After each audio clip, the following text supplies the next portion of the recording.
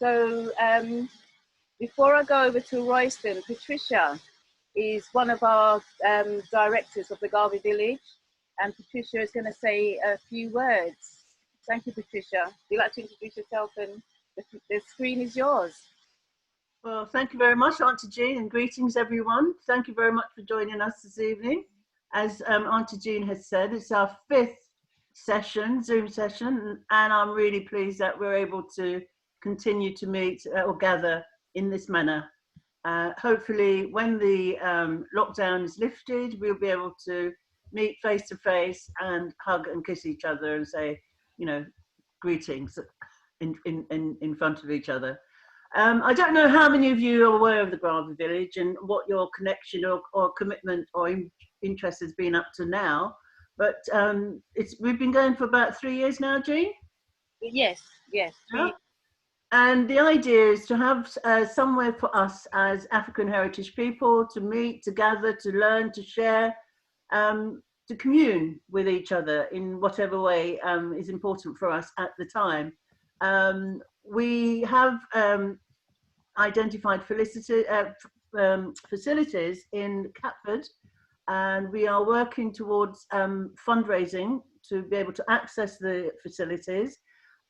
It's a place where it will be for all generations, all, you know, children right through to adults, the elderly, to share, as I've said before, in terms of whatever it is that we need to do. And I'm really glad that people on the Zoom or the webinar will be able to share their expertise, share their professionalism, and that we will be able to deliver these services again once the Garvey Village is up and running. So that's my commitment and that's my interest, and we go forward. Thank you. Thank you, Patricia. And Royston, if you let everybody know the rules and the guide us through the muting of the mics and what order we get. Well, I've actually done an 18-point steps around how to manage yourself in and around Zoom, which I won't go through now, but it's important. The principal thing is to keep yourself muted when you are not speaking, because the slightest shuffle of anything gets carried as a sound, gets carried as a sound. And because you're in your own space and used to your own sound, you have no idea how it reflects on others. So so the ideal is to keep yourself muted, please, and that's the principal thing. And what we aim for is somebody would speak and then we would ask a question. You know, we're not looking for a speaker riding on the back of the speaker. We want the people to be able to ask that speaker question. If you have something to say that you consider to be important, we will put you on. We will give you a slot. We will give you a time to be able to say that. And not, you know, protocol is not about piggybacking on somebody else. And what would also be great is that at the bottom of your screen is a chat. And if we can get your email addresses, then we will maintain contact with you, you know, beyond this chat room, and be able to communicate so that you are always in line with all that we are seeking to do in Garvey Village. It is about us and for us. So let's keep in touch and build a phenomena that way. Thank you. Okay, thank you, Royston. And without further ado, I'm going to introduce my lovely sister, Ngozi. And Ngozi is going to be speaking about the COVID-19, domestic violence, and in the African and African heritage community. So Ngozi, would you like to introduce yourself? And I'll give you the screen up before I introduce you. Could everybody make sure you've got your pen, your paper, to ask questions for after the presentation, please, and have some water for hydration. So my sis, Ngozi, the screen is now yours. Thank you. Thank you. Greetings, everybody. I first of all have to say, Auntie, that this is the first time, hang on a minute, sorry. This is the first time that I've ever done any kind of collaboration with you without Brother Dougie being part of it, and I really want to bring him into this space today, you know. Thank you. So as a, you know, now he's an ancestor, so, you know, libation to him too. And I also want to introduce, for those of you who don't know, Sister Dr. Sandra Richards, who's in this space. But not only is she my blood sister, she's actually a colleague in the Sistah space, domestic abuse charity that we run. So I just wanted to acknowledge her, and hopefully she'll be able to chime in every now and again. And for those of you who don't know, I run the Sistah Space organization. It's a charity that supports African and Caribbean heritage women and girls affected by domestic and sexual abuse. And the reason I have to distinguish that it's Caribbean is that not all of us have accepted that we are of African heritage. And so that I don't leave anybody out, I make sure that I include that. All right, so we're on the battlefield. As African heritage women, we are on the battlefield with this COVID-19 lockdown. And so I'll spend a few minutes just kind of setting the scene for you. At the moment, we are in battle with all the other VWAG sectors, violence against women and girls sectors, the mainstream domestic abuse charities, organizations, statutory and community sectors, because we do not have a voice in our own right. So there we have other people telling us what we need, what to do, where to go, or simply just not dealing with us at all. So we are in a battle, not only with COVID-19, but with the system. So the racism, the discrimination is even more apparent during this COVID-19. We see this with the media, and I actually said to Sister Doctor that at one point I nearly took my TV back, because every time I turned to BBC One or Sky TV, white people are missing it. So I thought maybe black people can't show up on my TV. Let me take it back to Argos. Yeah.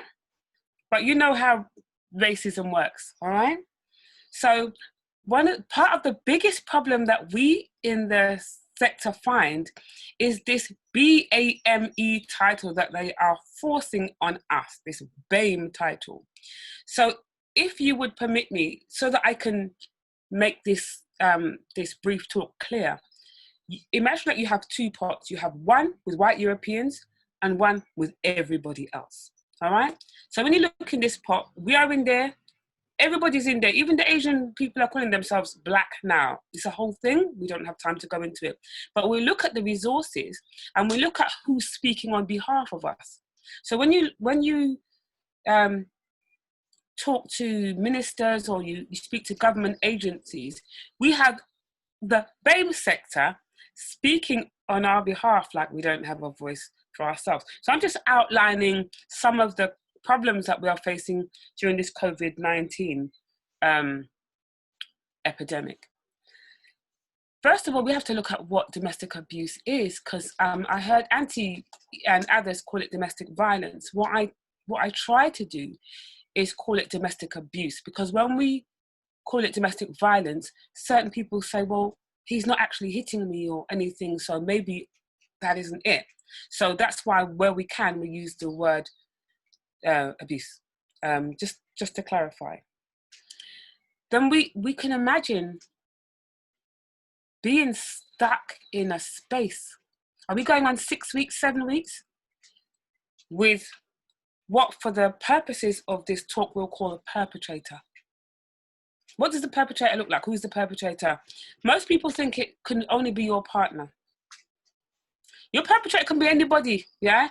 DV, it could be your mother, your sister, your brother, your uncle, your nephew, your ex-partner, so that's who we're looking at. So who is affecting you, who is abusing you, who is unsettling you in your space?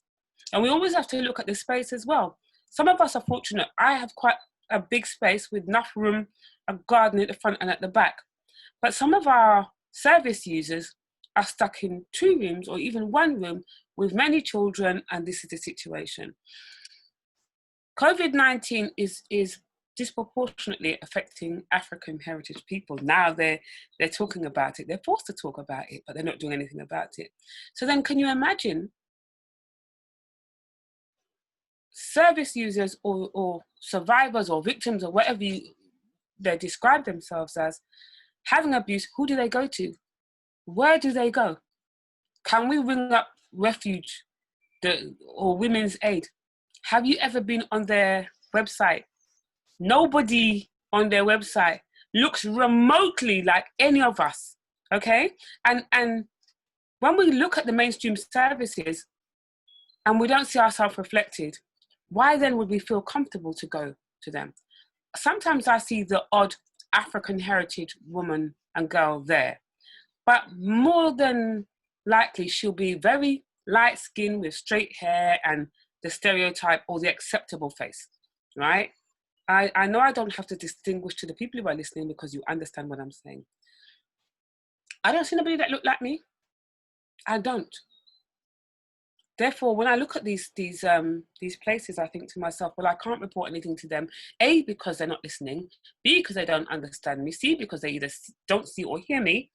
And what they're going to do, they're going to refer us to organizations like South or Black Sisters or any other BAME organization who not only often don't understand us, but oftentimes don't even like us. Let us be honest, because if we can't be honest within our own setting, we're going to really have a problem.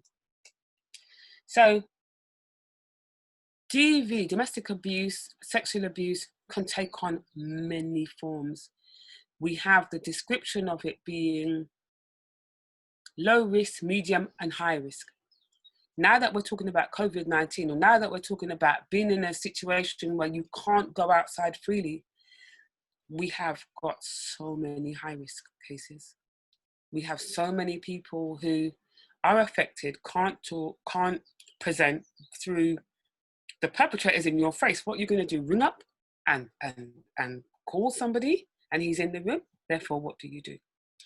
As a community, we have a responsibility, therefore. We have a responsibility to keep an eye on each other. And we also have to learn to read between the lines. Not only listen to what is being said, we also have to listen to what is not being said. I'm urging us as family to look, first of all, within our own circle, because domestic abuse can be happening right under your nose and you will not see it. It comes in via the internet, it comes in the house, it comes in from so many different sources. And survivors are very, very good at hiding abuse, very, very good. Some of us can speak from experience, whether personal experience or somebody we know. Most of us know somebody very, very well who is affected by domestic abuse or has been affected by domestic abuse. I'm going to just make one more brief statement and then I'm going to open up for people to ask direct questions. But Sistah Space, which is, as I said, the organization that we founded 5 years ago after the death of Valerie Ford, and I ask you to retain that name in your memory, Valerie Ford, and her 23-month-old daughter, who we'll call RJ. And Valerie had gone to the police because the ex-partner had threatened to burn the house down with her and the children in it. And the police recorded it as a threat to property. So some of you will know that Valerie died as a result of a machete, knife, and screwdriver, and whatever else he could find. And then he went on to kill his own child. So we have to be clear that when we do go to the police, which is very rare, because in the current it's not even current, it's historic, that we'll go to the police and we either won't be believed, we won't be supported, we'll be asked stupid questions like, where's the red mark? We won't be taken seriously. Half the time, we women are seen as men. what, big girl like you? So all of these things that we have to deal with. And so we don't share, and we don't talk, and we just hold it inside. So we need to be thinking about COVID-19 is a unique situation. Sistah Space has been lucky. We have applied to the London Community Fund, and for 3 months we've been allocated 3 additional independent domestic violence advisors, which I am also one. And so as from Monday, we'll be running a round-the-clock 24-hour online service. So we'll have an email, which is not always convenient, but we'll also have a phone line. Now the phone line will be 24 hours, but it will only be like in the nighttime for emergencies. So people can't just ring up at 11 o'clock in the night and say, listen, I'm bored, or, you know, last month this happened. It's for crisis. But the rest of the time, people can phone and let us know there's a problem. And what we have to adapt is, when you phone and you say something that doesn't make sense, we take that as something's not quite right and we act on it. All right, so at this point, I'll just give way and allow questions or anything else. Or if Dr. Richards, if you'd like to add anything as my colleague, then please do. Okay. So 2 things. There's a question asking for the phone number. Okay. And one of the things I've heard is that to train somebody in a situation like that to be able to communicate in a code. So for example, you know, they may say to you on the phone, well, I need to get my red jumper back. Yes. As an indication of I'm in a crisis situation. And that could then, you know, be a trigger for somebody to make a phone call, come round, or do something else in support of that individual. Yeah, so in the COVID-19 situation, it's unlikely that somebody can come round. And sometimes if someone's in trauma because they're in fear, they may not even remember this signal themselves. So what happens usually is someone will say hello, and they'll say, no, thank you. And just to be clear, we'll say, are you in trouble? And the person will say, yes, please, a blue one. So now we're already on alert. And what I'm suggesting is that we all adapt that method, yeah? And what happens, or what you can do, if the person is not near you, or if it's not safe to call back, because sometimes calling back is a dangerous thing to do, because then you alert the perpetrator that the victim has somehow raised an alarm. So what we do, and we are not really, our experiences with mainstream and the police have not been always good ones. In fact, the majority of the time it isn't good. But what we do is, you can ask the police to do something called a welfare check. When they do a welfare check, they just go around. They're trained, so they might say, can I speak to such and such a person on their own, right? And now the police are more trained in domestic abuse, and we work in collaboration with them. So oftentimes you can call us and we'll be the go-between, or we'll actually turn up. We can turn up.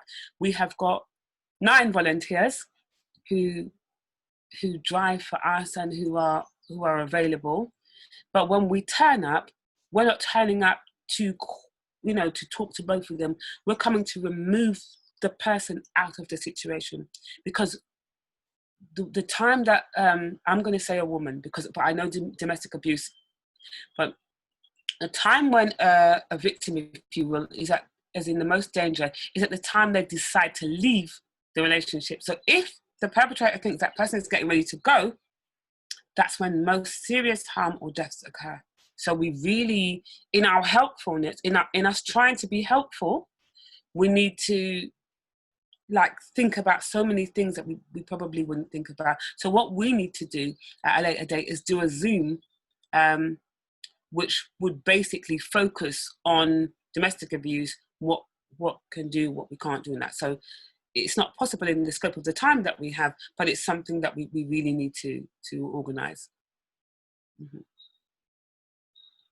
As for a telephone number, as I said, we've just been allocated a small budget by the London Community Fund, which has allowed us to purchase phones and laptops so that we can work from home. So as from Monday, we will have a dedicated line. But at the moment, if anybody's in trouble, and they can either get to anyone like Auntie Jean, anyone like that, just to get my number direct, because I can't put it out, because the perpetrator will have it. I put it out, anybody will have it. So for the time being, what's been happening is Sister Charmaine Simpson, Auntie Jean, and other, community giants who know who we are. You are very welcome to have our number. And if you think that somebody needs support, then the number that I have, my number will go out. I have 2 numbers. My main number is now, in case of extreme emergencies, I will give out that number. And then on Monday, there'll be 2 or 3 numbers that are dedicated. Okay? But we'll leave the email. In fact, I'll type the email in once I've finished speaking. I'm happy to do that. Hi, Sis, there was a question asking about domestic abuse on children. Have you got any information that you can share about that? I do. As the law stands, if the child is under 17, then it's child abuse. It's not domestic abuse. Nevertheless, it's abuse. And there is children's safety is paramount. Absolutely 100% paramount. So if anybody has any thoughts that somebody even may be in trouble, then you report it. If you don't want to report it to the police, report it to us and we will do what we have to do. Every borough has safeguarding team. There's an adult safeguarding team, there's a children's safeguarding team, every single borough. And so you contact them, but if it's immediate danger, then do call the police. I know we're not fans of the police, we are not, but when it comes to life and death, I'm sorry, I would advocate that you call 999 immediately.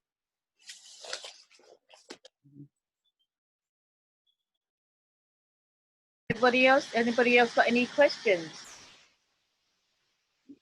I've got loads, but can I ask one more? Yes. Please. Okay, first and foremost, Sister Ngozi, the work that you do is sterling and it's much needed. One of the questions that I wanted to ask is when a sister is removed from such a toxic environment, whether there's any ongoing support for that sister and her children that you get maybe from other organisations or even family members that are supportive and not toxic? Very, very, very good question. And I give thanks for your kind words, beloved. As the system works now, the support for African heritage people is disgusting. I'm going to tell you straight up. Sister Space has been struggling for 5 years, and only in the last maybe 6 months do they realise that we are a force to be reckoned with. Yeah. So what's happening is now, most of the time, we have to raise our own funds, or we have to depend on our own resources and our own communities. And again, I mentioned Auntie Jean and Sister Charmaine and Brother Andrew Mohammed and people like that who always make sure if they're doing any event, we get a stall, a fundraising stall, and that's been happening for a good couple of years. And it's with that budget we're able to remove people ourselves and place them. You know, my senior sister, I'm going to take off the IDVA role and tell you that my senior sister is here and she's probably going to tell me off for saying this. But we've had an occasion where I've had to remove somebody and put them in my own home, yeah, which is a no-no, which is an absolute no-no. I know the person very, very well, and they are an elder, and there was no way that I could just, you know, we've stayed with people in our Sister Space venue until support could be found, but in this particular case I had to remove the person, and she was covered in bruises, and it wasn't a partner thing, it was her own her adult child. So we moved her to our premises for a short period, and this is something that we don't recommend at all. But when you're in a system that does not see us or hear us, then you have to do what you have to do, you know? So sometimes it's good that if there's community out there who've got a house in somewhere, and, you know, we can have access to that for a night or two. And even that has its own danger, I have to say, because we don't, you know, with the greatest respect, we're not putting a victim from one situation into another. Yeah. So it would mean that one of us or two of us have to stay there as well until help can be. But as the system goes right now, there's an organization called Safe Lives, and they are the body that is responsible for giving every single independent domestic violence advisor their qualification. So we're called IDVAs. I myself am one, and Dr. Richards is one. And that organization, I fought with them for 5 years, because when you go through their training, they have nothing for African heritage people at all. They will tell you about the LGBT, they will tell you about travelers community, they will tell you about, they will tell you, but they don't. So about maybe 6 months ago, they had a brand new CEO. Her name is Suzanne Jacobs, and she's superb. Yeah, she came down and she said, I've been looking back, and I said that you've been arguing with us for 2 years. What is it you need? So she came to our mango morning. That's what we have. We have mango mornings, not coffee morning. We have mango morning, you see? And in the mango mornings, we talk the thing. Yeah. So we invited her into our space, and she came humble, and I said, well, none of your staff are white. I mean, are black or African heritage. They're up in Bristol. You're sending IDVAs out there who know nothing about us, who can't support us, and are very offensive to us. And she said, okay, here's a budget. You rewrite the manual so that we can be inclusive. She actually rang me today, and she's the head of Safe Lives. And she said, what can Safe Lives do to help your organization? And I want to give her props for that, because the international organizations like Women's Aid and all the other organizations who are doing good work, but they're not taking us into account. They think they can speak for us. Suzanne is listening. And so we continue to fight. But you see, meetings like this is beautiful, because then we know that we're growing and that people are aware. And to see brothers, and there are brothers, because I have to put it out there, you know, not all men are perpetrators. A lot of them are. And some of them who, you know, that's another thing where they speak the speak, man. And you don't know what's happening in their house. But some of the brothers who have been supporting us, and I'm telling you, Andrew Mohammed, I'm telling you, Lloyd French, I'm telling you that there's brothers out there who are lifting us up. Yourself, Weston, for those brothers, you know, I give thanks. But for the sisters, we know what time it is. We've always known what time it is. We've always known. Yeah. And so, yeah, we're here. It's hard, but we're getting there. We're getting there. And there's another question for you, sis. For somebody who can't really speak freely, is there Yes. a code? Is there a word that they can use? Is there sort of like I don't know, something that you can say if they go on the phone, if they pick up the phone to... Okay. I can tell you that Sister Space, we're on Twitter, Sistah_space. Sistah is spelled, and I'm going to type everything up, yeah? But I am also on Bookface, okay? And people message me on the Bookface. They message me privately. And if you message me and there's an L or an M or any alphabet or your thing don't make sense, I'm going to get to you. I'm going to find a way to get to you. Yeah? But if I see a message that is kind of nonsensical, and what would help me is if they wrote like words that don't make any sense, AJXMLLP, then I'll know something, and then I'll message them back my number. Can I jump in here? Yes, please. Give thanks to the gathering, and Ngozi makes reference to the fact that I'm her senior sister, but I'm also, she's the head of the service. So in some ways I'm a member of her staff. What I wanted to say, she made reference to the fact that on occasion actions need to be taken by Sistah Space because these are life or death situations. These are not inconveniences. These are situations where, as Ngozi said, if the person who is the aggressor gets any idea that the person is trying to make a bid for freedom, at that point, the person becomes more vulnerable. So sometimes actions have to be taken that perhaps is not recommended in our training or in our in a normal circumstance. One of the things that I want to do is just to give people, and you already probably have this, but a stronger sense of the reality of these circumstances. Ngozi is the face often of Sistah Space. And so with that comes increased risk to her, not just because she is the face, but also because of fatigue. And fatigue not just for Ngozi, who is not a machine, but will, if you're not careful, we have to, and we know in this community we have to take care of each other. If we don't all try to pick up as much of this responsibility as possible, it falls on one person. And so Ngozi is often the face, and Ngozi doesn't play. That's the other thing.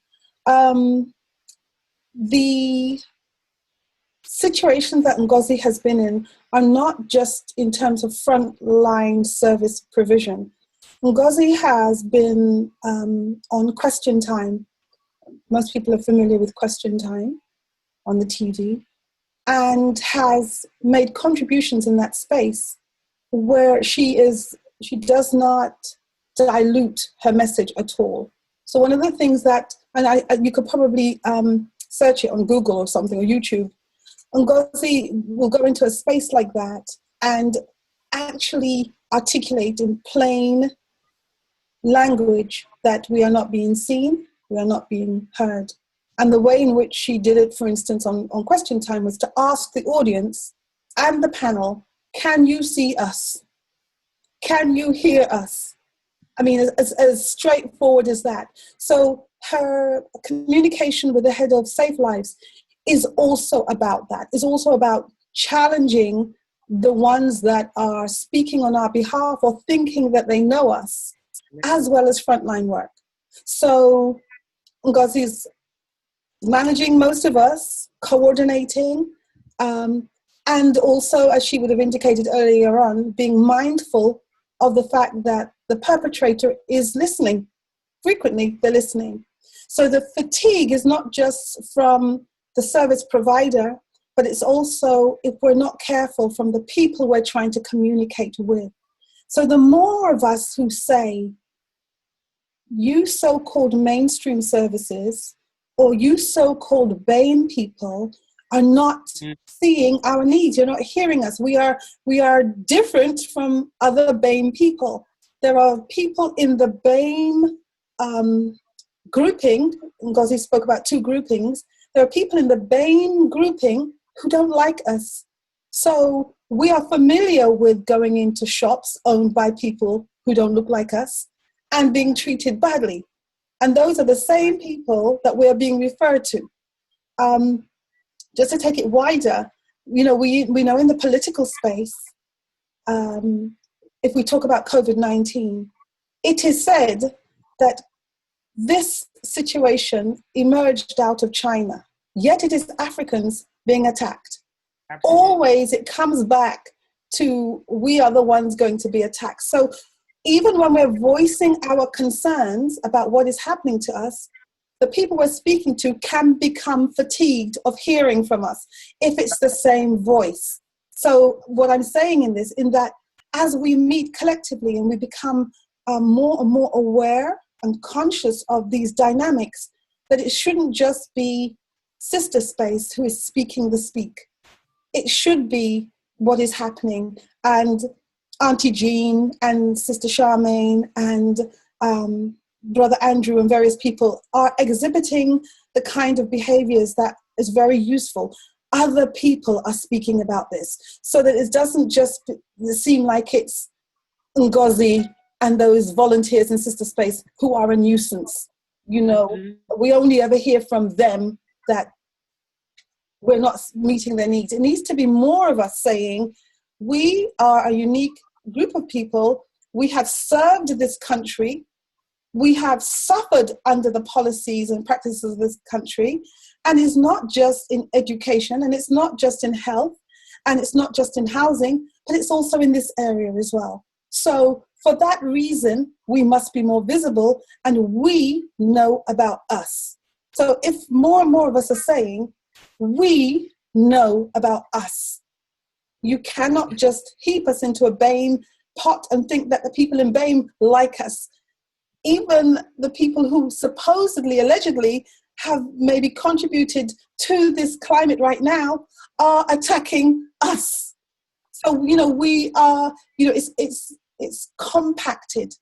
It's doubled down. The conversation is a difficult one because when we articulate this, the people that we're speaking to often feel offended or hurt or begin to exhibit some kind of vulnerable behavior. So we then do the thing that used to happen back in the days, where we would take care of the people who are oppressing us. And we don't want to be in that situation. We need to be clear, we need to be strategic, and we need not to be apologizing for the fact that we are failed repeatedly. Windrush is just one example, but you know, we are failed repeatedly. Yeah, I just thank you so much. I just wanted to quickly say, and I'm going to step out, Windrush, I was going to mention them because the Windrush and those who were affected by the mass deportations are not coming forward to report abuse, and they're not coming forward for fear of deportation or other things. They're not even coming forward if they feel like they have symptoms. So this is part of the problem. Doctor, sister, doctor, thank you for seeing and hearing me always. Thank you so much, Ngozi, and thank you so much, Doctor.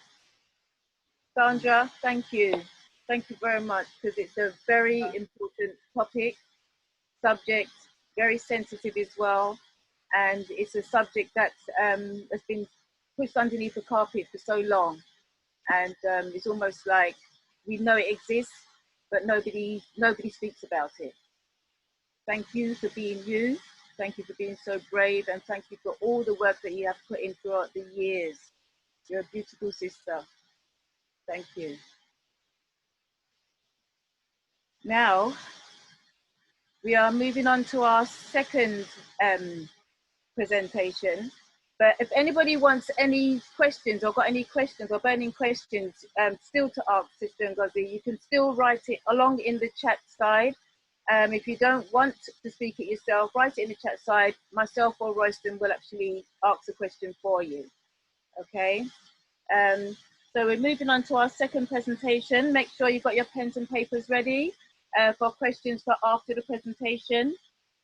We have our brother Patrick, and he's talking about, is arsenic in our diet? So brother Patrick,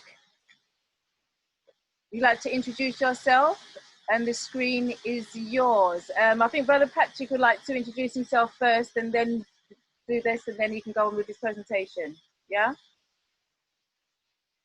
Brother Patrick? Greetings. Right, great. Thank you. Thank you for inviting me to come and speak about this very serious topic, which some people are not aware of. I'm sure some of you are. Let me just give you a little bit of a background about myself. I am a holistic health practitioner, nutritional consultant, and I have been for about roughly around 20 years. Now, I've always worked in and around London, helping people with their diets and helping people with various ailments and illnesses that they would have. And it's been, I would say, over the last few years, I stumbled upon something that was quite shocking that people weren't aware of.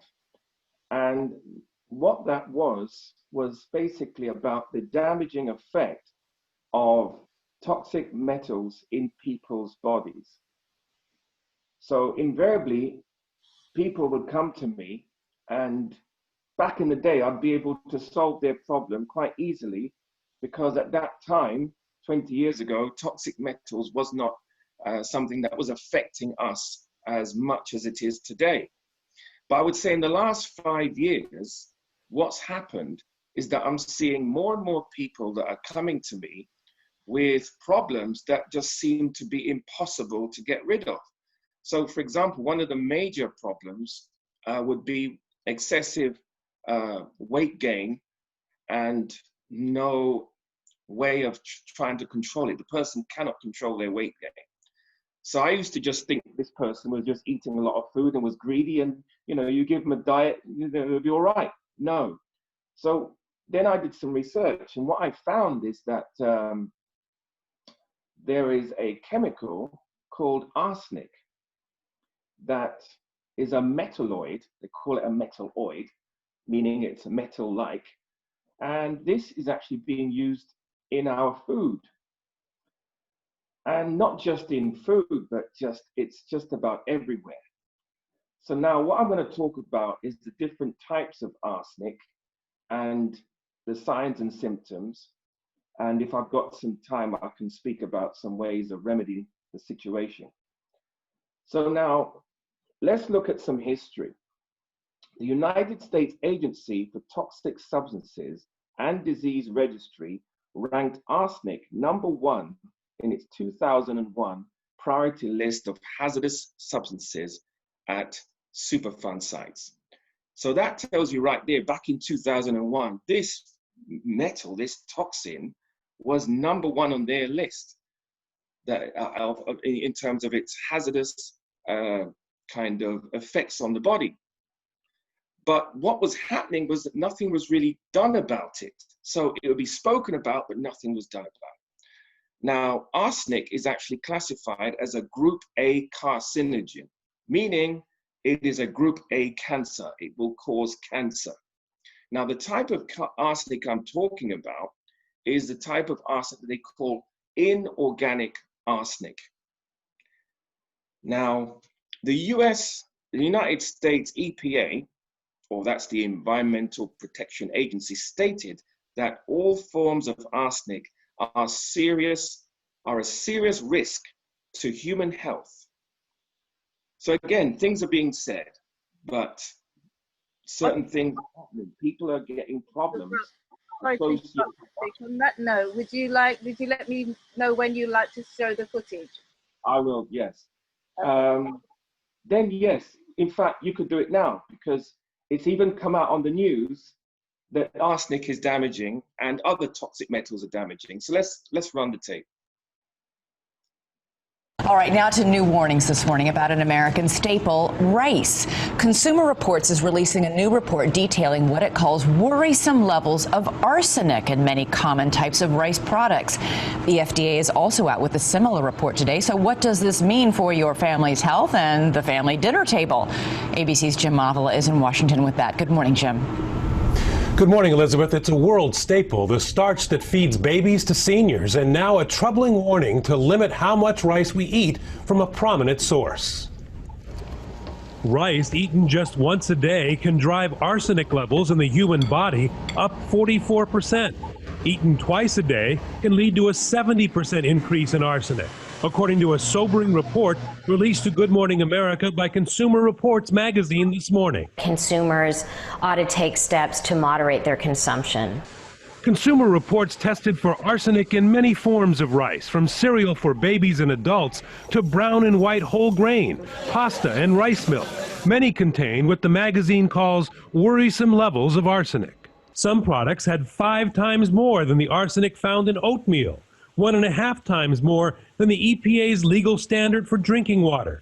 Inorganic arsenic is considered a level 1 carcinogen, linked to lung and bladder cancer. Today, the FDA will announce it is studying arsenic in rice too and recommends a varied diet. Consumer Reports wants more. We called for that on apple juice in January. We're calling for that again in rice products today. Surprisingly, when it comes to arsenic, the less nutritional white rice is better than brown, since the carcinogen is most prevalent in the outer layers of the grain, and white rice is polished, removing some of those layers. The USA Rice Federation does not dispute that arsenic is in rice, but says while that is a scary word, there is no documented evidence of actual illness linked to rice. Rice is a safe and nutritious food. These are very, very low levels. Now, rice contains more arsenic than other grains, experts say, because it's grown while submerged in water, soaking the poison from the ground into the rice. One suggestion from Consumer Reports, rinse it well until the water's clear and then cook the rice in fresh water, lots of it, a 6-to-1 ratio. Today, your information. Okay, yes, so there you have it. It comes on the news. So for people who think that I'm talking rubbish, you've got the proof there. So it's in our rice, but not just rice, for example, white rice or brown rice, but it's been found in dozens and dozens of different rice products as well. And it's not just getting there by accident, it's getting there by design. It's also present in chicken that is not organic.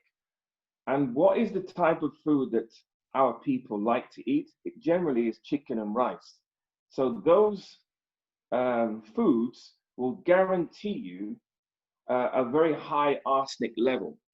Now, the FDA has stated that 100 parts per billion is considered not toxic to the human body. I disagree with that. Even 1 part per billion is toxic to the human body. Because it's like, for example, if you have a clear glass of water and someone puts 1 part of manure in your water, as far as I'm concerned, and when I look at it from my own cultural perspective, that water is polluted, as far as I'm concerned. So it doesn't matter how small that is, I don't care. If there's 1 part, 100 parts or whatever, that is polluted. But they have a standard and they're constantly lowering the standard so that toxic contaminated food can be classified as healthy. Arsenic is also in drinking water from the tap. So people out there, if you're still drinking water from the tap, you better try and not do that, because you're going to get high amounts of fluoride, chloride, ammonia, and arsenic. Brussels sprouts as well. So any food that you eat from the supermarkets that's not organic, such as Brussels sprouts, they contain arsenic, and that's according to Dr. Cottingham's research. And there are other types of foods that are sulfur attracting kind of foods, such as kale and cauliflower. They can contain arsenic as well. And so, according to a study that was done, arsenic levels in regular sprout eaters were 10.4% higher than in people who never ate them or ate them less than once a month. Okay. Inorganic arsenic was also found to be in people eating dark fish, the dark colored fish, mackerel, salmon, sardines, blue fish, swordfish. Some people might say, I don't eat that fish. But also tuna is high in arsenic as well. Now, when they did the study on that, they found that people that ate that type of fish once a week compared to people who ate that type of fish once a month, there was a difference in the arsenic levels. The people that ate it more often had higher arsenic levels. Also, there's an organization called the Dartmouth study group. The Dartmouth study group did a study with men who drank 2.5 beers per day. They found that their arsenic levels were 30% higher than non-consumers. Now, I don't know anybody who drinks 2.5 beers per day. Most people drink about 4, 5, 6 beers a day, right? If you're gonna have a beer, you're not gonna drink half of it.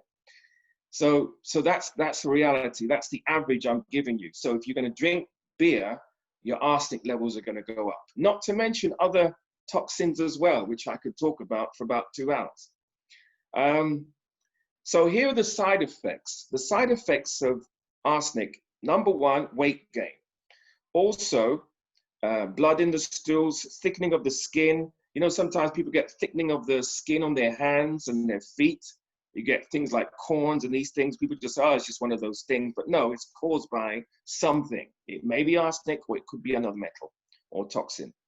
Darker skin, heart disease, cancer, blood in the urine, cramping, muscles, hair loss, stomach cramps, convulsions, excess sweating, vomiting, damage to your liver, your kidney, your lungs, causes seizures, shock, diabetes, liver disease, hearing problems, loss of sensation of the limbs, digestive difficulties. I'll talk about that as well if I've got time. And that is according to the Medical News Today newspaper. It is a metalloid, as I stated. Now, organic forms of arsenic are everywhere. It's in the air, it's in the water, it's in the soil. Now, the organic form is what is naturally present in plants and in food, which does really little harm, no harm whatsoever, because a certain amount of organic arsenic is necessary to keep food balanced in terms of minerals and vitamins and all the rest of it. But when you have inorganic arsenic, this toxic arsenic, which does not contain carbon, this is the damaging one. So the one that contains carbon, which is organic arsenic, is okay.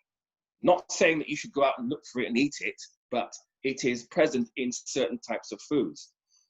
Inorganic arsenic has the ability to change the cell's function and displace vital elements from the cell. So it's basically stripping your cell of its vital energies that it needs, its vital elements. Yeah.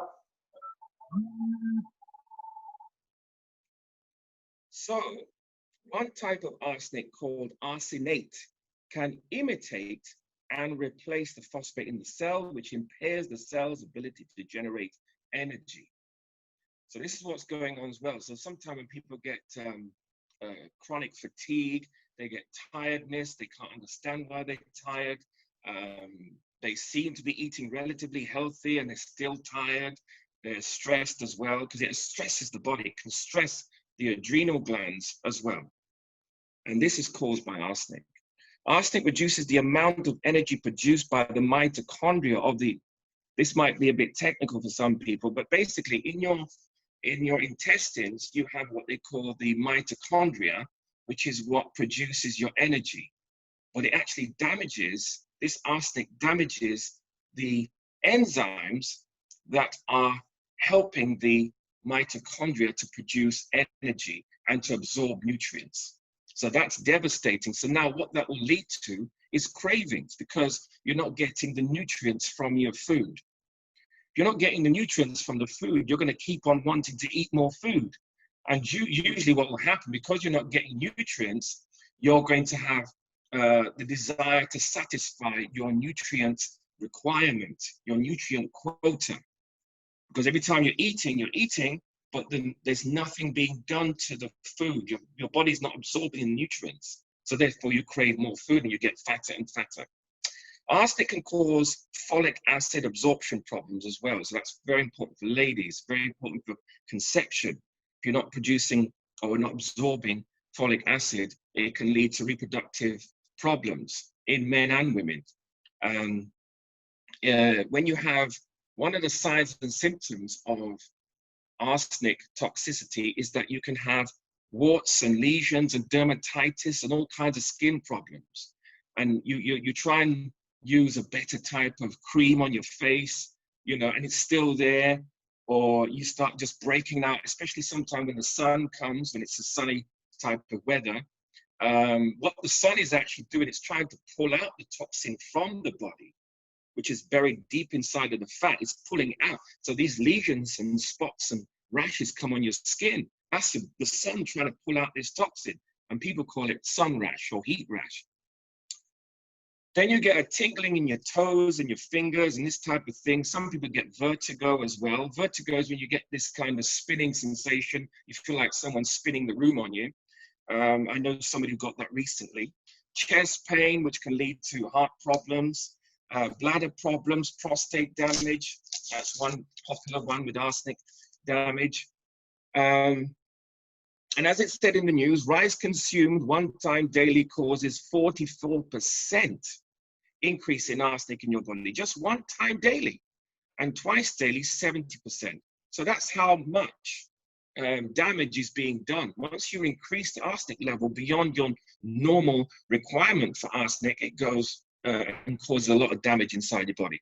So basically it poisons, to emphasize what I'm saying before, it poisons the enzymes that transport nutrients to the mitochondria in your intestines. And that is extremely damaging to you, because then it's going to affect your nutrient absorption, it's going to affect your energy levels. It's catastrophic, really, in terms of your functionality of your digestive system. It destroys the isolates and langerhans. This is basically technical terminology for your pancreas. So your pancreas is what you use to break down sugars, carbohydrates, and this type of thing. And you have these melanated cells called the isolates and langerhans. And these cells are designed to metabolize sugars and carbohydrates. When arsenic gets in contact with that, it destroys them. So now you can't break down sugars, you can't break down carbohydrates. So then you get fatter and fatter and you get diabetes. It also can cause damage to the cells, for example, in the adrenal glands and the hypothalamus as well. So the hypothalamus is in the center of your brain, and the adrenal glands are around about sort of just on top of your kidney. Tobacco products. So most tobacco products contain arsenic. So if you're breathing someone else's cigarette smoke, you're getting arsenic. If you smoke, you're getting arsenic. Also cadmium as well, which is also damaging, but we're not talking about cadmium. And it is present in the air due to coal combustion. If you live near industrial sites, that can also be high in arsenic. In exposure to waste sites, arsenic contaminated food is rife right now. Basically, they want a population of people with fat and controllable. And that's why they're putting the arsenic in the food. Arsenic has been found in many different brands of fruit juices, as it mentioned on the news. The apple juices tend to have a lot of arsenic as well. Now, the arsenic, when people might ask me, well, where is it coming from? The pesticides, the herbicides, the insecticides that they're using on a daily basis. Apparently, America dumps about 1.5 million tons of pesticides on its soil every single year. That's a lot of arsenic. God knows what they do in England, but this is what we're dealing with. This is what's going on. If you're not eating organic, you're most likely eating arsenic from your food, which is coming from the pesticides. So yeah, as I said, it's used in antibiotics to feed chicken to make them look healthy. So it makes the chicken look fatter because they can actually make the chicken grow faster with arsenic, which is in the drugs that they use. And it makes them grow faster so they can actually make more money faster. Arsenic can be found in wine. Why? Because they spray pesticides and chemicals on the grapes that are used to make the wine. It's also found in table salt, shellfish. I'm kind of moving on fast because I know I haven't got much time. Mercury in the body keeps arsenic locked in. So mercury and arsenic have a kind of, they're like synergistic pairs. Without one, you can't have the other. So what's happening with mercury, for example, if you have a mercury filling, the mercury that is leaching into your body from the filling will help to keep the arsenic in your body. And that's been proven by a woman by the name of Dr. Wendy Myers. She breaks that down quite well. Weight loss resistant is a very, very common cause of, is a symptom of arsenic toxicity. So weight loss resistance is caused by poisoning the enzymes that transport triglycerides out of the fat cells. So you're not removing these triglycerides from your fat cells, so you just get fatter and fatter. Now, this is according to a consumer report. The consumer report shows that after a study that was done on fruit juices, they found a measurable amount of heavy metals, including arsenic, in every brand.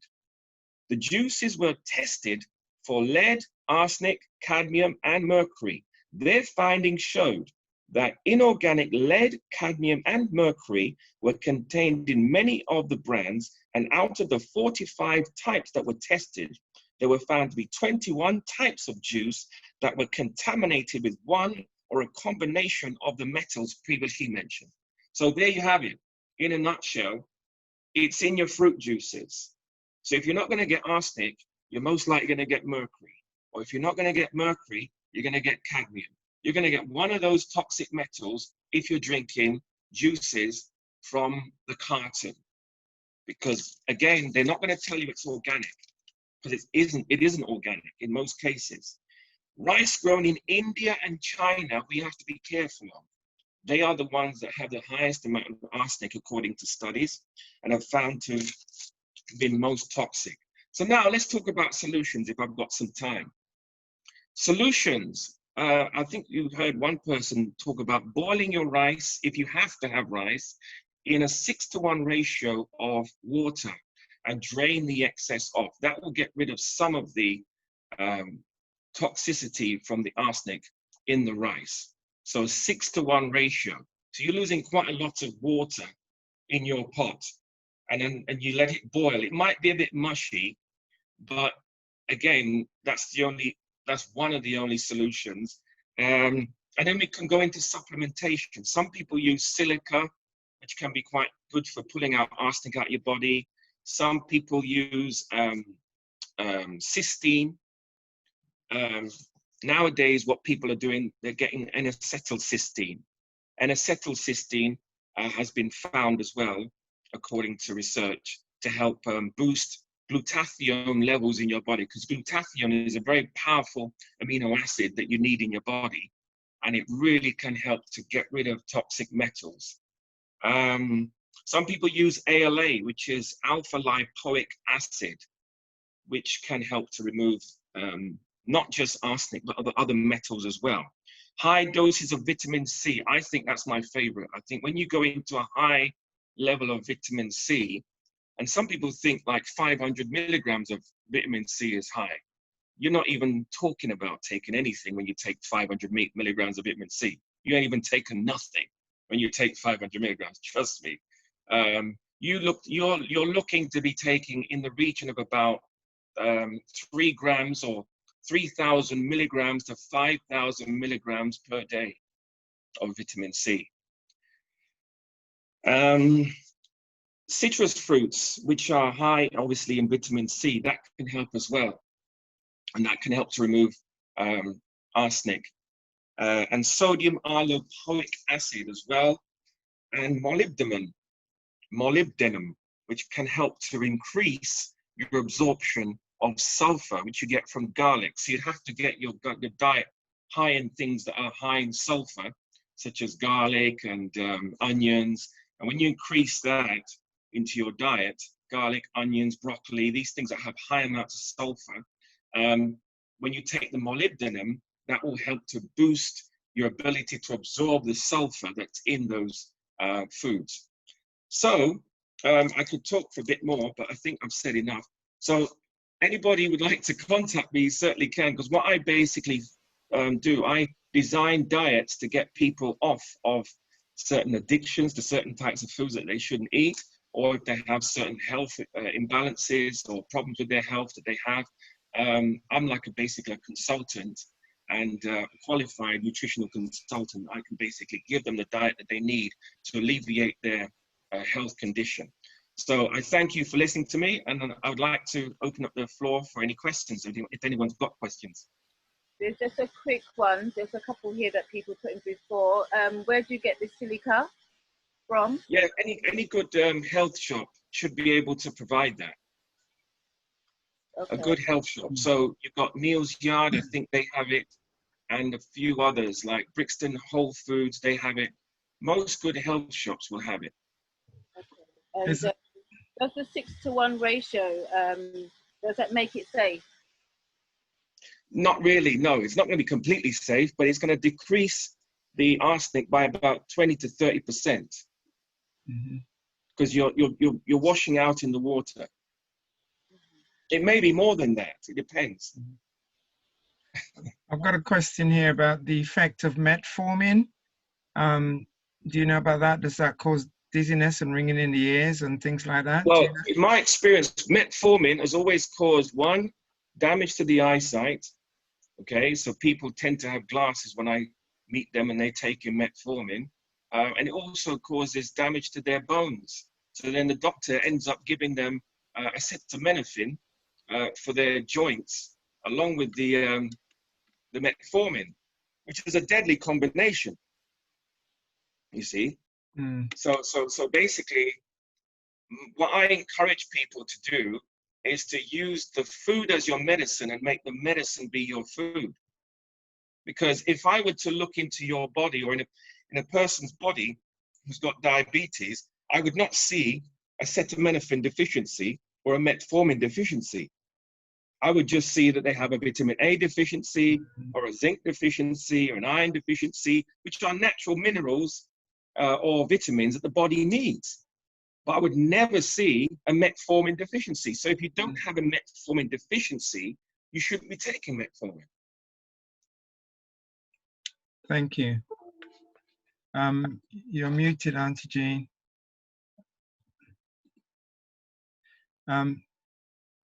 So I've got an eye on time. Sorry, Patrick. Thank you so much. Anybody else got any more questions? I see. I've got an eye on time, Auntie Jean. So if you put your questions inside in the chat, then we can readdress them later on. Okay. Thank you very much. Yeah. Thank you very much. There will, brilliant information. There will be an opportunity for more questions later on, but we're going to move to a short break now. During that break, I'll show a short video, and then we'll come back, and we've got 2 presenters after the break. Thank you.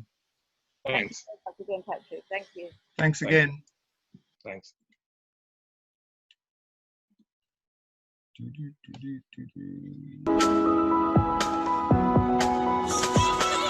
Again, we're still suffering from the legacy of slavery. And that, again, lies our problems. When you take the same person with such a mentality and you put them in a boardroom across from a white person, they then start buckling in, they can almost pee on themselves because they get scared. How do you go in as a manager, as an administrator, as a person in leadership role? You're afraid of white people. How do you negotiate with them? That's why we are always losing on the negotiating table. That's probably part of what happened when the Chinese first came to Africa. We were just accepting whatever contracts they were giving us without really reading through and making sure that we are negotiating in the best interest of the country. So, but now, thank goodness, the leaders have picked up on that. They are dealing with it. A lot of bad contracts are being cancelled, but we must realize to an extent, we Black people still suffering from the legacy of slavery, and too many of us are afraid of white people. They feel inferior to white people. That has got to change. We cannot stress it enough that we Black people, we are the origin of humanity. We as Black women, we gave birth to the first human being. Without a Black woman, there would not be any other races. That is a reason why we can stand on the tallest mountain and proclaim to the world who we are. We are the original people, and therefore no one can treat us as being inferior. Every Black person must know that. So we are not inferior to anyone, and we should not tolerate anyone trying to treat us like we are inferior. We should rise up and push back. That is not going to be tolerated anymore. Like what is happening in China. We will not take it lying down. Absolutely not. Well, if we do the right things, if we plan, You look at an Africa that is feeding the world. We still have 65% of the arable land. Africa can feed the entire world. Africa can provide natural resources as finished goods to the entire world. There is nothing Africa needs outside with the extent of the expertise. And in our case, the expertise can come from the African diaspora. We're not saying we don't want foreign direct investment. Absolutely not. We just want to let them to know that the Westerners and those from the East, when they come to Africa, they must understand that Black people are going to be on the driver's seat. Just like a Black man does not lead a Chinaman to China, a Chinaman must not lead a Black man to Africa. When going to Africa, they must understand, those from the West and those from the East, that they have to come behind the Black man. Because for us, Africa is home, and we demand to be on the driver's seat of the African Continental Development Agenda. So I see an Africa that is thriving, an Africa that is now a first world with all its children living happily on our beloved continent, in harmony with others from other parts of the world. But they must understand that they have got to respect the African. We will not have it any other way. Those who don't think they can respect the Africans, we humbly ask them to get out of the continent. You are not welcome. But those who are ready to respect the Africans, they're very welcome. We can live together in harmony. Actually, I don't need China to help us. We're simply going to China just like the Chinese are coming to Africa. We'll establish our office. We don't need any to help us. We can help ourselves.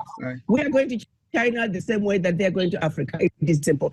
We will not have Chinese telling us we cannot be in China when millions of Chinese are in Africa. That will not be tolerated. It is just that simple. We don't need any help from the Chinese. We're simply going to China to open our offices so we can continue to do our work just like the Chinese are going to also do what they need to be doing. Collaborators, because the African diaspora that I'm reaching out to, we are looking at African Americans, Afro-Caribbean, Afro-Latino. If you are Black, you are an African, you are an African diaspora. I'm reaching out beyond what the embassies are doing. So there's no competition, it is collaboration.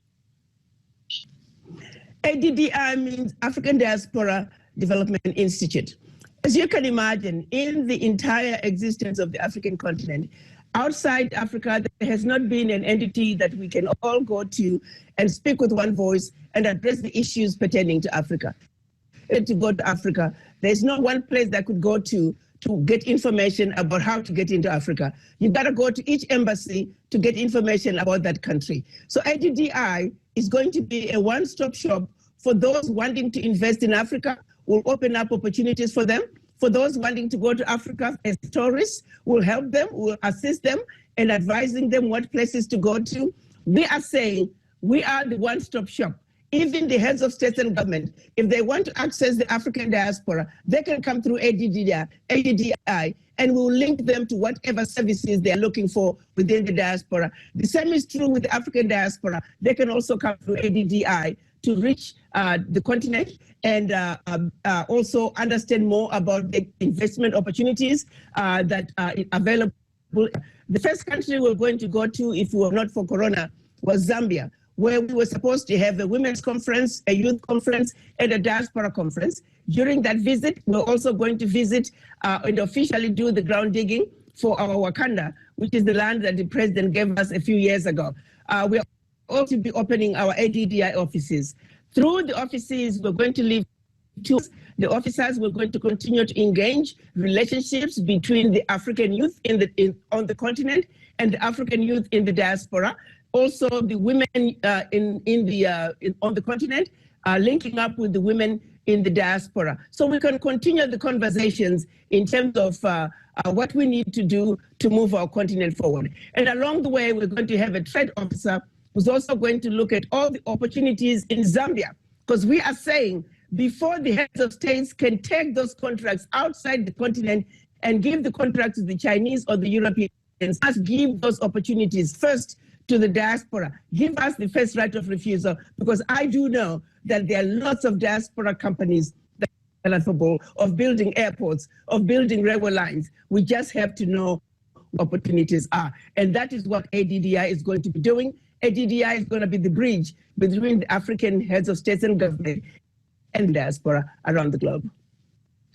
Yes, what we have now, the structure includes in Washington, D.C. We're going to have for the first year 5, we're calling them Africa houses, where we are going to be creating homes within the United States where people of African descent can meet and discuss our issues. This is where we would let our young people, if they have issues, if they need jobs, if they need ideas about starting a business, there are too many of us who are in positions to help. We like to be able to float their desires out there. So those in leadership roles can also pick them up and assist them to the best that they can. We're simply taking a copy out of the Jewish playbook.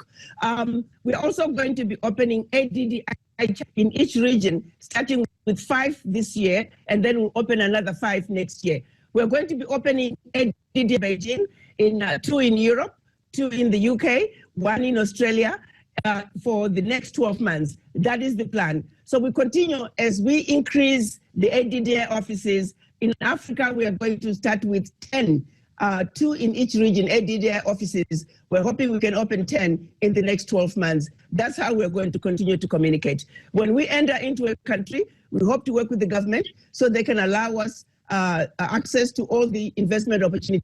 Zambia has actually stepped up to the plate. The team, the investment team, economic development team from Zambia, we're actually supposed to be here in the States. We were supposed to be going to New York, Atlanta, Houston, Chicago, Minneapolis, and Los Angeles.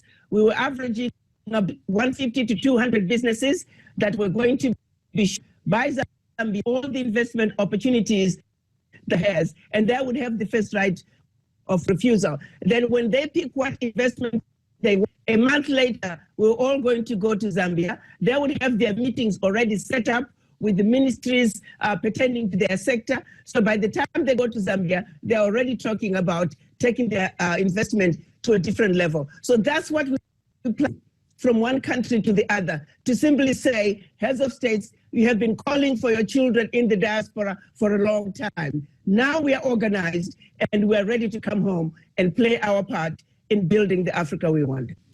5 years from now, I will hope to see an ADDI that is in as many states as possible in this country, in as many countries as possible in Africa.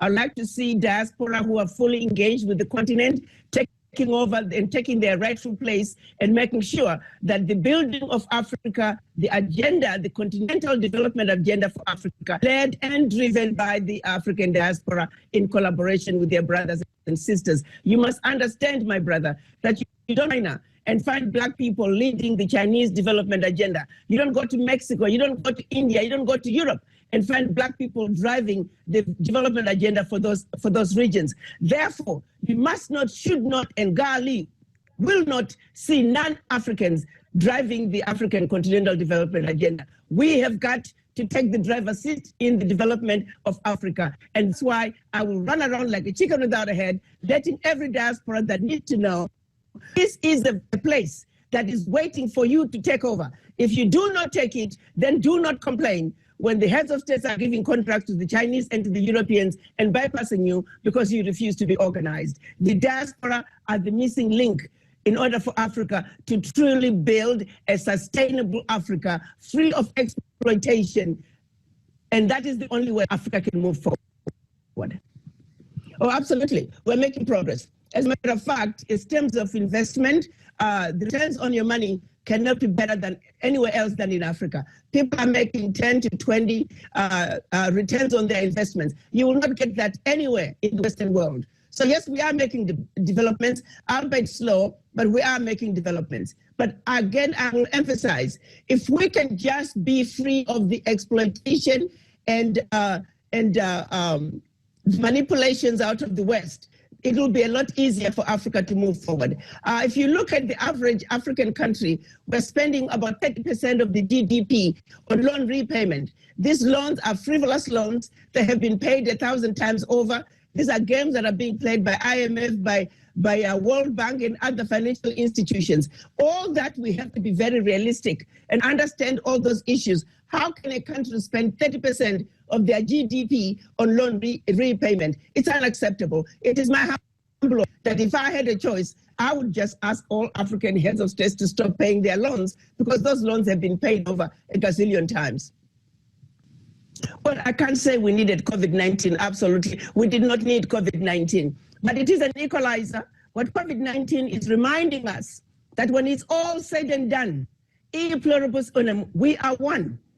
Regardless of the color of your skin, regardless of your socio-economic status, regardless of your nationality, we are all humans under God. And when COVID comes in, COVID doesn't care how much money you have in your bank. It doesn't care what the color of your skin. I think COVID-19 is an equalizer that is reminding us as humanity. And for Africa, I think if we work in a collaborative way, we can find an Africa that's going to improve COVID-19 with a significantly improved healthcare system, with an Africa that's slowly beginning to manufacture our own healthcare products. For example, we have started a COVID-19 fundraising, and our plan is to pay the locals to sew the masks and the surgical gowns, because there's no need for us to buy them when we have our own tailors and seamstresses who can do a great job of sewing these needed PPEs. So I'm hoping that if this COVID is done in a continental level, in an organized way, Africa can see herself in a totally different place as far as our healthcare system, as well as our manufacturing industry.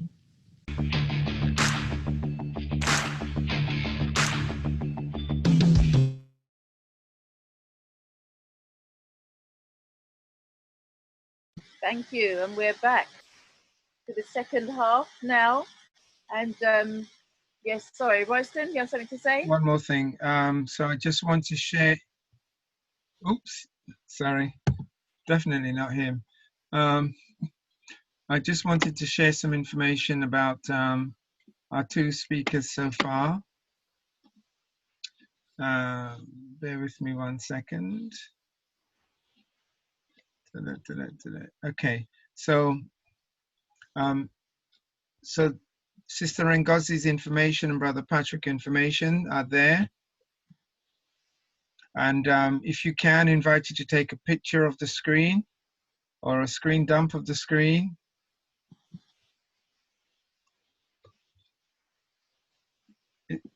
Is that the wrong number for you? I don't know how to take no picture. Listen, I just about know how to get on Zoom. Don't worry, don't worry. Don't worry. Can I take this opportunity to give thanks? I'm going to have to press out. I'm on call. But Okay. thank you so much. Thank you very much, sister. Go well. Go well. Thank you. Okay, thank you. I will put that information up again later so that people can take a picture of it. Take a picture of it in the meantime. Thanks. Oh, you ready for me now? Okay. Okay. Sorry, Jean, before you carry on, I just wanted to say maybe Royce needs to let people know that they can access the recording of this session on the Garvey Village website in the future. Yeah, I did put a note in the chat room, but yes, absolutely. And we want to build up our contacts so that people can we can signpost people to this, get the information. Thank you. Okay, thank you, Patricia. Thank you, Royston. Next, we have our next presenter, who literally cured himself of diabetes, and he's going to be talking about how to cope with type 2 diabetes in this time. His name is Lyndon Wissart, and I'm going to ask you to, Lyndon, you can introduce yourself and let me tell everybody how quickly you cured your diabetes. So the screen now is yours, Lyndon Wissart. Very much, Auntie Jean. Royston, thank you very much for having me on. You're very low, Lyndon. Very low? Yeah, you're very low. 1 second.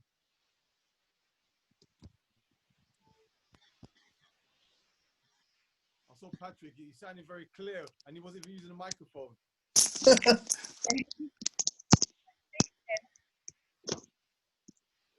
Okay, is that better? Much better, thank you. No, my pleasure, my pleasure, my pleasure. Just wanted to reiterate, just saying thank you very much for having me on your event show this evening. It's an honor and a privilege to be with you guys. And how do I follow the people that's been before me? I think after listening to Patrick, I've got to stop eating. You know, arsenic's and everything, you know? Auntie Jean, can you say something? Can I hear you? Or should I just speak? No, yeah, you can speak. You can okay, speak. Brilliant. Okay, fine. I can hear you clearly, thank you. Excellent, excellent, excellent. No, so I was getting some tips from Patrick there as well. So hopefully we've got Patrick's details for his website or any information we can follow up on him, a book or something. So please let me contact him or get him to contact me or vice versa, because he's got some powerful information that I don't even know about, you know? I don't even know about. So I'm just grateful to be on the platform with you guys tonight as well. So even tonight I'm learning, you know, I'm learning tonight, which is awesome, brilliant. And I personally feel it's really good that we're coming together like this for different issues, not just for one thing that everybody's talking about. And the issues that everyone is talking about at the moment, there's other things going on out there, you know. The diabetes is still going on, you know. The health issues of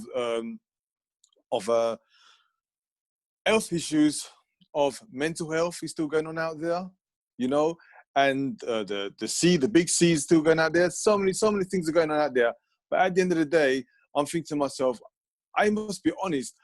There's so much things talking about this COV. Yeah, I was hesitant to talk about diabetes. You know, I was hesitant to carry on where I was doing before the lockdown. But people were saying to me, Lyndon, why don't you talk, carry on? You know, there's people still suffering out there with diabetes. And one of the things that happened today, I was watching the news today, and they were talking about Newham Council. There's a big death rate in Newham Council. And in Newham Council, yeah, one of the highest rates of diabetes in the UK is in Newham. Would you believe it? Yeah. So just think, they're talking about the underlying health issues that people are having, that this virus is attacking people with, you know? So some people believe it, some people don't believe it, some people are getting involved, some people are not getting involved. There's so many different aspects of it. But at the end of the day, I'm just gonna give you some facts, yeah?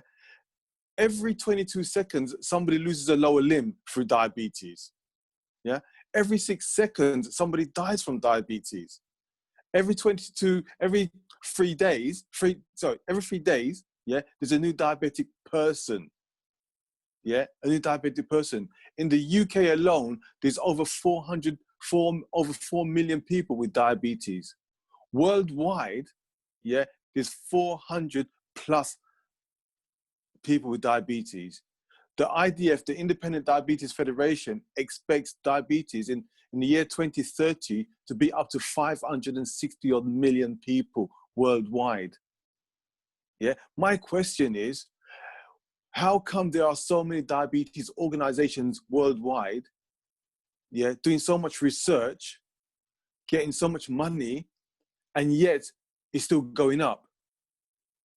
It's non-comprehensible to me, you know? So when I reversed my type 2 diabetes in 105 days, I'm thinking to myself, what's going on? You know, what's going on? So I'm just going to give a quick scenario of my story, okay? I was born in Hackney. I moved to Tottenham with my parents. Well, they moved me. They moved me to Tottenham, yeah, from when I was 4. So I spent most of my life in Tottenham, up to my teenage years in Tottenham, okay? I qualified as a professional chef for over 30 years, working in different types of establishments all around the country, doing jobs abroad as well. And through all the catering knowledge that I had, I still got diabetic. I still became a diabetic. And the reason being I became diabetic, the day that I was diagnosed is a day when I thought to myself, what's wrong with me? There was something wrong with me. My body wasn't right. My mind wasn't right. A lot of things wasn't right about me. So I had to go to the doctor that day and I had to get the blood test. When I went to get a blood test, for just general health, they said we need to do a blood test for diabetes. When they took my blood test, they done a pinprick on my finger, and that pinprick that they take was 15.9. That's a blood glucose blood test, and mine's was 15.9. It's supposed to be 5. Yeah. Then they said we're going to send you to do another blood test, a HbA1c blood test. Yeah, and the HbA1c blood test looks at your blood levels for the last 3 months. Yeah, mine was 92, and it's supposed to be 42. Yeah, so I was in a danger zone when I was diagnosed. So when they told me that I got diabetes, I asked them, so what is diabetes? Because I didn't even know what it was then. You know, and there's so many people walking around with the symptoms of diabetes, like I did, for over a year and done nothing about it because I didn't know what to relate the symptoms to. So, in fact, when they told me I was diabetic, my question was, how did I become diabetic? And they said through too much carbohydrates, pasta, rice, potatoes, all the fizzy drinks, all these things that I was having on a day-to-day basis. And when they told me that, I thought to myself, okay, what do I need to do? And the first thing that they went for, they went for the metformin. And just listening to what Patrick just mentioned about metformin, I'm thinking to myself, wow. To be honest with you, I don't even really talk about metformin because my cousin, who was a type 1 diabetic, he said, Lyndon, if you ever become diabetic, do not take medication. Do not take medication. So just think, I'm sitting there with my doctor, and I'm thinking, my doctor's offering me metformin for my diabetes. And I'm thinking, my cousin is saying to me in my head, Lyndon, don't take medication because there are side effects to it. So I think to myself, who do I listen to? This is where I personally believe where the mental health issue comes with a lot of people, the indecisiveness. This is when mental health really affects the mind of which direction do I go? Up, down, around, left, right? Where do I go from here? I'm in this situation. What do I need to do? And this is why I'm so grateful that I had my cousin Ken, who said, "Don't take medication." So, it's like a needle to the skin. If you wasn't prepared, then you ought to be scared. But even if you was, you're aware of what the rhyme does. is anybody there? Sorry, yes, we can hear you. I had to just that last one. No problem. No, okay, so my situation is now, okay, what do I need to do? What do I need to do? And my doctor said to me, okay, I don't recommend you not to take the medication, but we're going to give you 3 weeks, to have another blood test, to reverse your 3 weeks to reverse your type 2 diabetes, or 3 weeks to have another blood test. So I said to myself that day, I just said to myself, okay, Lyndon, what you need to do is stop eating pasta, rice, potatoes, all the fizzy drinks, they have to go. This was me overnight. I don't recommend it. Anything that I say, before you do anything, talk to your doctor, your dietitian. I'm not a nutritionist, I'm not a medical person. This is just what I've done and how I've done it. So I decided I'm gonna stop or cut down on all carbohydrates as much as possible. And from that day, my mindset was, okay, next thing, diet. What am I going to take out of my diet? What am I going to stop eating? What am I going to start eating was one of the hardest things, especially with carbohydrates, especially when you're on pasta, rice, potatoes, fizzy drinks every day, when that's your stable diet, what you're going to eat next day. So that was a tough decision. And one of the things that was, I was overweight as well. I was pretty big, and I know I was overweight, but my mum said to me, Lyndon, your belly will get big, But I said to Mum, how can you talk to me like that? Your belly will get big, and I'm thinking to myself, gosh, I don't know that I'm getting big. I can see it, but I'm not acknowledging it. I'm not doing nothing about it. And this is what my mum said, pigs don't know when pigs stink, because you're in an environment, but you don't realize the environment that you're in. So what I decided to do was, from the diet, to cut down, I just literally stopped eating as much as possible, So I was too afraid. So the next thing was physical activity. Because of the overweightness, yeah, what I decided to do was to go to the gym. Yeah, this is personal thing, go to the gym. So I take my daughter to school in the morning, and straight from school, I go to the gym for 3-4 hours in the gym, working out to lose the weight and to get fit. Yeah, the only thing I'll be drinking is drinking water. That's the only thing I'll be drinking when I go to the gym, just drink water for that period of time. So after a period of time, when I was losing the weight, reversing my diabetes, I was talking to people about it, and I told them what I was doing. I said, Lyndon, you're intermittently fasting. I said, what? What's that? I mean, you're intermittently fasting. You're not eating every day. You're just drinking liquids. So this was the fourth one, the fourth principle that I have, the intermittently fasting. So this is what I was doing on about 4 or 5 times a week, easy. So I'll get back to my car after the gym. I'll have a pint of blueberries and a banana, and that was it. So those are the 4 things that I done: mindset, diet, physical activity, and intermittently fasting to reverse my diabetes. So by doing that, when the doctors gave me 3 weeks to reverse my diabetes, within 3 weeks, 25 days, 25 days, I reversed my HbA1c from 92 down to 77. Yeah, from 77, now for 28 days, it went down to 70 down to 60. Yeah, so 92 to 77, and with a total of 105 days, I went down to 41. So I went down below the level. So I was back to normal then. So people say I'm either cured, I'm in remission, I reversed it, whatever they want to say. But I done it in a very organic way for me, and in a layman's way. And now, because of what I've done, I've got introduced to other products that people are talking about to help with, to reverse the blood sugars, like moringa, apple cider vinegar. I didn't know about these things, bitter gourd. And one of the things that I started to have, I used to start off with a bottle of water, yeah? Because when I had other health issues going at the same time. So I had a fatty liver. And I told one of my friends that I got fatty liver, I got diabetes. And he said, Lyndon, take some lemon water, fresh lemon water, okay? And it will help with the fatty liver, break it down. So this is my daily diet, what I have every morning now before I wake up. I have a bottle, this is a 500 ml bottle, yeah, of lemon water. I have it by my bed, so it's room temperature in the morning. This is my personal choice, what I do for me. So I put lemon in there. Sometimes I put lime in there as well. Lime is probably even better as well, as a good combination, definitely. So when I started working with lemon and lime, somebody else said to me, Lyndon, you know what you should do? You should add some okra, yeah? So I started to add okra to the water as well, yeah? So because okra reduces the blood sugars naturally. Yeah, and like a lot of people talk about, it goes slimy and all that. You get used to it, or you can strain it off. Or when you strain it, it gets thinner, it thinners down. But the water doesn't taste very nice with the okra. So what I started to do with the okra, I had the lemon in it, and I started to do my own drinks like this. Yeah, so you got okra in here, and you put fresh mint in it. Yeah, and the green stuff that I put into this is spirulina. Yeah, spirulina is a very, very good protein, zinc and calcium as well. This is very, very good.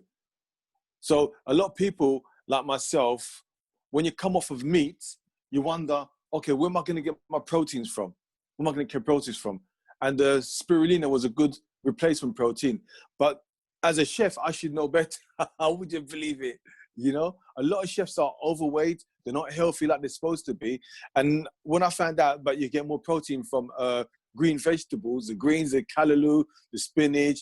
Well, I think after talking to Patrick, I'm going to give up kale now. With the arsenic in it, guys. I used to promote kale so much, you know. Kale used to be one of my number one. I just think I used to eat kale raw as well. Not even cooked in 6 parts 1 water. You know, but you know, even now downstairs, what we used to do, we dry out the kale. You know, we dry it, we wash it, and then we put it in the oven and dry it out. Then we have it like crisps, you know, instead of having the normal packet crisp. You know, so this is what we do. So I have to speak to Patrick about revisiting my kale situation, or what alternatives I can use on that, which would be good. So the other thing that I started to add to my water was, some of you might know this, bitter gourd, or Karela or Karela. One of my Trinidad friends said Karela, yeah. And then also they call it bitter melon as well, yeah. And the leaf from this is the cerasee leaf that I use for the cerasee leaves. So what the bitter gourd does, it helps reduce his blood sugars naturally as well. But this is horrible. It doesn't taste very pleasant at all. It's very, very bitter, but you get used to it. And the thing about it, when you got that, like I said before, with this one, I got cumin in, I put cinnamon in it. I put cinnamon in it because I like cinnamon for the flavor. I put cucumber in there as well for that. I also put cayenne pepper. The reason why I put cayenne pepper in there, cayenne pepper helps you to lose weight, helps break down the blood sugar, not blood sugar, but helps out break down the fat in the body. So the cayenne pepper is very, very good, especially if you're exercising. So that's what I do. So this is like one of my drinks that I do. I do about 3 or 4 of these bottles, leave them in the fridge for a couple of days, and then I drink the juice. Yeah, when it starts to break down. It's funny, I still do this now, and I don't think I even need to do it. Because I just enjoy the drink now. I love the drink now, and I feel like I'm getting the nutrition, I'm getting the benefits of it, you know, and it's going to help with my blood sugar as well. And to be honest with you, some days I'm just waking up and I'm just doing stuff. And I've got so much energy and I've not even eaten any food. Would you believe it? Because psychologically you think, okay, all right, I'm going to get up in the morning, going to have a coffee, going to have a full English breakfast. I'm going to eat this before I get my energy going. But sometimes it's just a mindset. It's just a mindset. And just to touch on what we're going for at the moment, yeah, there's a lot of people now eating a lot more rice, pasta, dairy products, because they're in the house, milk and these kind of things, yeah. All these products, they build up on the chest, the lungs, yeah. It causes mucus, yeah. It causes the mucus to build up. If anybody gets up in the morning, they're like that, and you want to spit it out or something like that, you got mucus on your chest. You need to clear that out. You need to clear it out. And some of the best ways to clear it out is have a detox. Number one, have a detox. Drink plenty of water, okay? Or you can gargle with salt water. You can just gargle, so the gargle will help clear the throat part as well, okay? Also, eucalyptus. Eucalyptus is good to clear the chest, yeah? You can use cloves as well. Cloves or star anise. Star anise is a good one as well. Ginger. This is what they mentioned. Sometimes I put ginger in my water as well. Ginger and garlic, yeah? Ginger and garlic, yeah? And I know a lot of us, we love our garlic in our foods and all that, but sometimes you put the garlic in your foods. We don't really taste the garlic. It's there, you know it's there, but it hasn't got that strong garlicky taste, you know? But when you grate the garlic, yeah, and then you eat it, it's very, very strong. It's very, very strong. But it's very beneficial. So you're doing the hot pepper as well, good for you, hot pepper. You've got hot pepper sauce or even chili peppers, that's good for the clear the chest as well. So even apple cider vinegar is good as well. Apple cider vinegar, yeah. So there's a combination of foods that you can have pineapple as well. You can have some pineapple. So there's a combination of foods that you can eat, yeah, to help clear the chest in the mornings and during the daytime. So some of the stuff that you should try and consume on a regular basis as well to fight it is like coconut oil, 100% organic coconut oil. Turmeric is very, very good as well. Like I said, ginger, green tea, oranges, elderberry, and oregano, ignacia. You know, there's lots of different things that's good for you out there. And there's things that we all know about the Irish moss and all that. Do you know what I'm saying? So I'm not going to go too much into all the details of all the foods that you eat, but we know what we need to be eating on a regular basis. But if you just focus mostly on the healthy side of the foods, I know some people like the pizza and this and the meats and the whatever. Do you know what I'm saying? You know, but if you do go for that, because this is what we're addicted to, your biscuits, whatever, try and get your water, your lemon, your garlic, your ginger in regular. Clear the chest regular. This is so important in this day and age that we're going through. You know, I'm not going to get too political on the show tonight, but we just got to be mindful of what's going on around us, yeah, and just be mindful of what we're taking on a day-to-day basis. So make up your juices, man. Make up your drinks. Yeah, make up your drink. Even if you're doing like a 500 ml or a litre a day, you know? And even Patrick was talking about the water, the tap water, trying to avoid that. We've got a water filter system. We've got one of the best ones, you know, that's around, water filter, you know? But don't forget, some people around you, they're not following what you're doing, you know? So you still got to be strong within yourself to make sure you're doing what you did for you, you know? Because as they say, if you're in an airplane and there's an emergency, you don't put your mask onto somebody else. You got to put it onto yourself first before you help somebody else. So you got to think about what's good for me rather than thinking about what's good for another person. Because some people, they're not going to believe what you're doing. When some of my friends and family see this, they say, "Lyndon, what's that?" You know, when I'm drinking this at work, they're looking at me like, "What's that green stuff, man? What's that green stuff?" And then I tell them, "It's spirulina." "Oh, spirulina. Okay." So them, they know about it, but they don't know how they can use it. You know, they know the benefits of it, but they don't take it because they don't know how to use it. You know? So yesterday I done a live video on my Facebook page. You can see that as well, about the drinks that I've done and some of the foods that I'm doing. So there's more and more things that we're doing at the moment. So there's a lot more to my story, my journey, but I'm keeping it short tonight because we're on this Zoom meeting and I appreciate it. So I don't know if anybody's got any questions they want to answer me, or, you know, I'm open-minded to any questions. Yeah, there's a question that somebody's put in. What water filter system do you use? Water. There's a company called Amway. They've got a water filter system called Amway. Yeah, you'll find it on my website. You will. It's a water filter that just cleans the water. It's very, very. We've had it for years. We've had it for over 20 years. We had water filter system. It's plugged into the house. It is. And for our actual house as well, we've got a water softener as well. Where I live, we live in a country, so our water's hard up here. You know, it's hard. And when you use soap and stuff like that, you could tell the difference when a couple of times I've run out of soap, not soap, salt, yeah, salt for the system, and I wasn't able to get all of it because I was away.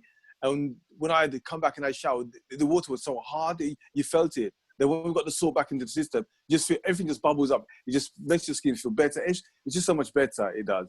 You know, it's little things that you do, little things.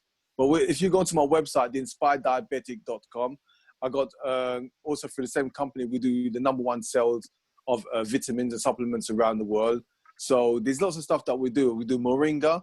The moringa that I do on my website is from Nigeria. It's a certified moringa, and it's one of the best from Nigeria. It is.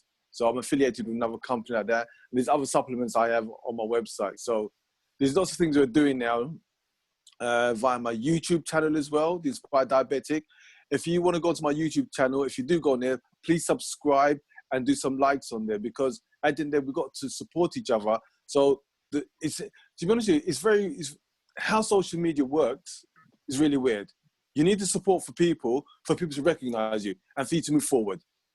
Yeah, it's really weird how it works, yeah? But we have to do it. This is why I don't feel comfortable saying subscribe to my YouTube channel and make a tick or do a like. It doesn't feel comfortable with me, but sometimes we have to do it, because when you help somebody like myself who's done what I've done, it helps me to help the organizations like the Garvey Village to come down there, do an event down there, you know, and we could just help the community. And that's what it's all about, you know?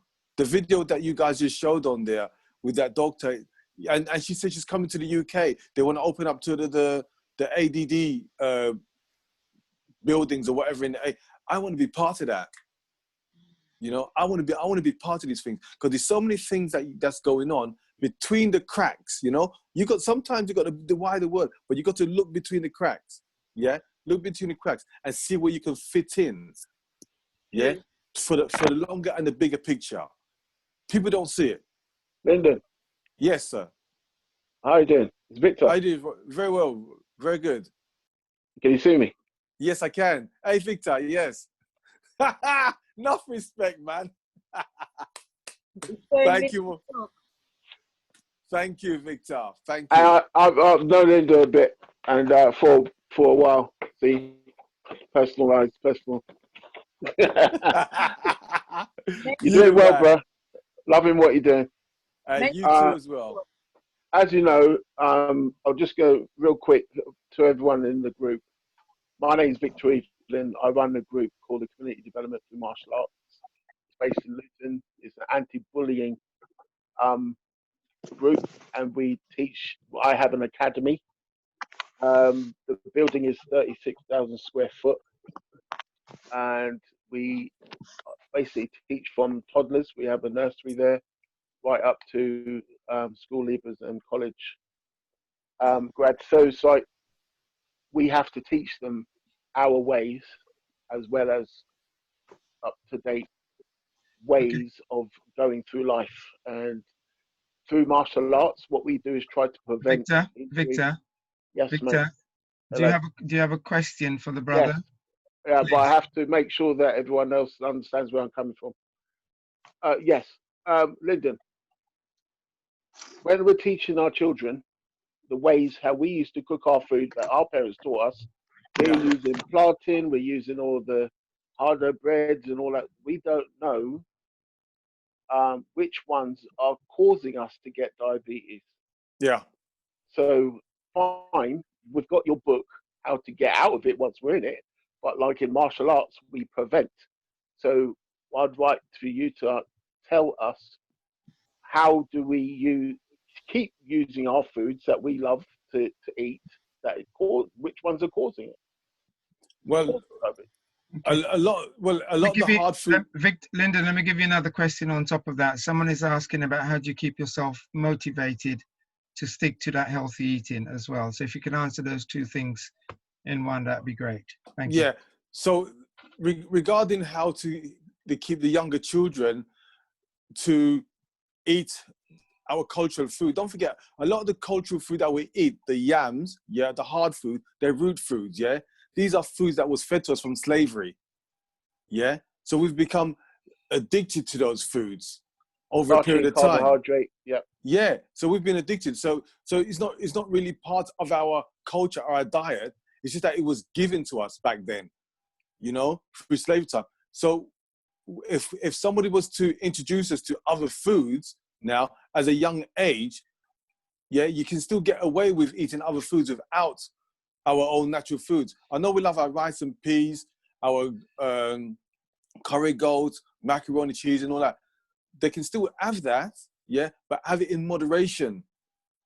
If you can, because don't forget, normally we have the pasta, the rice and peas, the roast potatoes, the fizzy drinks, all on the same plate at the same time. Okay? What we got to learn now is, number one, have smaller portions. Number two, don't have the potato on the same day as the rice. Break it down. Don't have pasta today, don't with the potatoes. You got to know what the carbohydrates are. With the hard-dough bread, to be honest with you, when did I last have hard-dough bread? I had just, as a lockdown, I had some hard-dough bread. I love my hard-dough bread, don't get me wrong. I used to have 3 slices of hard-dough bread in the morning with butter on it, and jam on it. And that was to journey to work. But what I've learned now, I could do without the hard-dough bread. Now I like a sourdough bread, maybe a rye bread or a wholemeal bread. That's me. Do you know what I'm saying? Or granary. And if you really want to reverse your diabetes in that sense, have the hard-dough bread end of the week, end of the month, like it's a reward. So I deserve that. I deserve that. So the motivation question. The motivation. Hold on, because you didn't answer it. The motivation question. Alongside that, what was your weight before and after the 105 days? So can we answer those two things at once? And a short response, please. My weight was I was 85, 86 kilos before, going up, and I reversed it down to 76 kilos. 76 within that period of time I was. And also, how do I stay motivated? Don't get me wrong, to stay motivated, you have to be conscious about your motivation or what your goal is. At that time, if you're going through the period where you want to reverse your type 2 diabetes, to stay motivated, what are the consequences of you being diabetic or staying diabetic? So that's the motivation factor. So put into a program. Don't forget, type 2 diabetes is a lifestyle. It's not a life sentence. You can do it because it's only what you put in your mouth. It's a mindset. Thank you. It's that's a simple format. You gotta be strong for a short period of time. Look now, after what, 2 years, I mean, diabetic free, I'm cool. Do you know what I'm saying? You know, it's amazing, but I still maintain some of the habits that I have when I was reversing it, like my okra water, my bitter gourd water. I don't do fizzy drinks anymore. Okay, go ahead, June. June. Oh, hi. Greetings, everybody. Thank you for inviting me, Royston. Hi, June. Personally, I'm in a scary place because I was diabetic for probably over 4 years. Yeah. Nobody told me. So of this year, I've managed to lose over 4 stone, but I'm struggling with like sugar addiction, the dizziness, stomach problems. I'm on the metformin. Now, if I come off the metformin, say today or tomorrow, it's a scary place because because I was under stress just the other day, it's just shot up to probably over 20. Yeah. You know, so what do you do there? Listen, I was probably diabetic 4 or 5 years. I had to go back to 1980 to find out if I was diabetic when I was reading my story, because I had not the symptoms through those years. June, one of the things I'm going to say to you, okay, is mentally, you have to be strong and have the guidance, yeah, to know what you want to achieve. Yeah, okay. If you said to yourself, number one, I want to come off the metformin, yeah, I don't tell you to come off the metformin. You got to do that with your doctor, yeah, okay. But one of the things that's going to help you come off the metformin is what you're eating, yeah. Cut down on your meats, number one, yeah, and just do. If you love your meats, yeah, listen. It's not so much meat. Mine is sweet. It's sweet things. Everything. I know, but it's a combination of things, yeah. I know, but find out what you need to do is find some things that's not so sweet that you like, that you enjoy, yeah. Get a list of foods, yeah. Get a list of foods like flavonoid foods.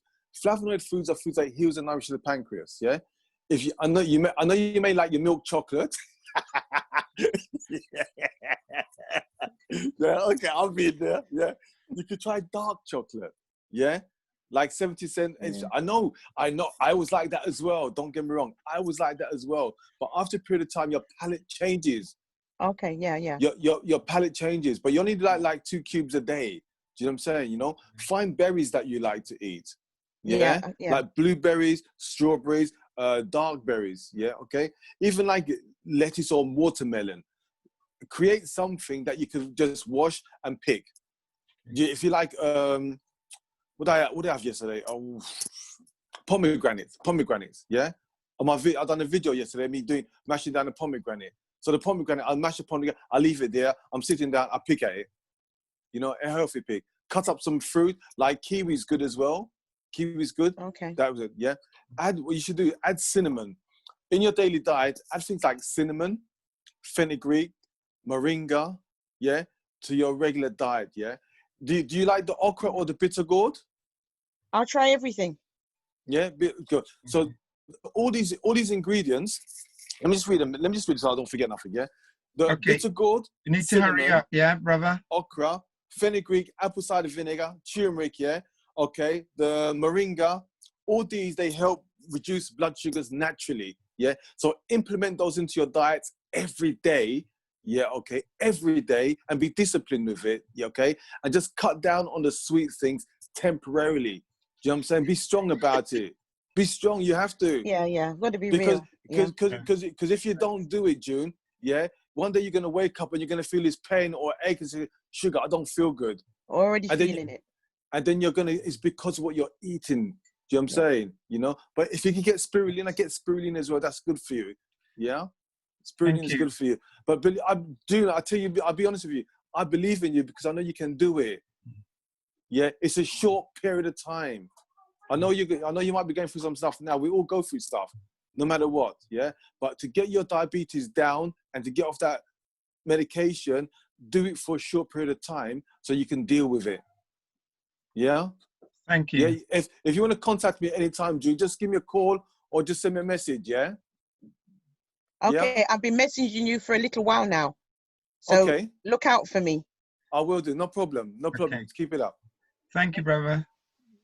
Thank you very much, Lyndon. Thank Pleasure. you. Absolutely wonderful. Okay, and don't forget, there is some questions along the side which can be as I said, we put to you at the end. We've got one more presentation to go, and I think that everybody got a lot from what you said. Diet, the water, and putting everything together. Wonderful. Thank you very much, Lyndon.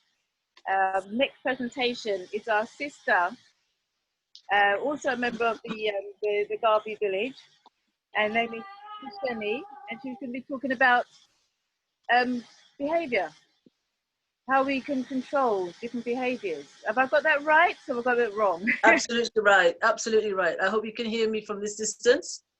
Okay. So, okay. Everybody, Kesheni, the screen is yours. Hi, everyone. So, yes, one of the things that we now need to be closer into as we go towards ourselves is about our behaviors and our feelings. So in this, what we are using is identifying feelings as negative energy charge. Now, in our language, we recognize feeling. We can feel the vibe. That's not really what I'm talking about. What I'm talking about are behavioral feelings. Okay, so we're going to look at a chart in a moment, and we're going to actually dedicate these next, I've been told I've got 25 minutes, so I know we're running a bit late, so if you have to leave, I appreciate, but let's do a session and put yourself in the space that you're going to use what is here and come out at the other end. And it's one of the aspects that arises with Obatala. Obatala wakes up to create 200 civilizing customs. So the civilizing of ourselves is the Ifa says that what you are in the morning is different from what you reach in the evening. So it means that through the day, the experience of the day and your engagement in the day and your behavior in the day is also refined. That at the close of day, there's a shift, a movement, however subtle, but appreciative, that you can appreciate yourself. So as we work now towards ourselves, particularly our Ori, which is our head, we're going to do some work. We're going to do some frontal occipital holding, and we're going to use affirmation. So have pen and paper, have some water, give yourself a little bit of space, because I'd like you to stand up and do some cross patterning. We're going to use techniques that you can work with at home and work with, and you're dedicating these aspects that you're using to doing the clearing today, now, so that it is gone. Accept to know that you are empowered enough to release and let go now. And that change is there. Yes? So that is where you need to be now. And that means you need to begin with being 100% willing. So take a moment for yourselves. Take a deep breath. Release the breath. Close your eyes and see a number. Where are you now? What percent are you willing? You might have just come to listen. You want to be writing notes, blah, blah, blah. Just put a number to it. If it's 0, great. But be honest. And with just a deep breath, you're going to see that number reduce to 0 negative. So breathe in And the dial goes down from that number right down to 0. That's what you're seeing. 0, negative energy charge, NEC. Gone. The 100%, what you need to reach, how willing are you now? Where is that digit? Have you shifted to 100 already? Or 80, 40? Move the dial, breathe in.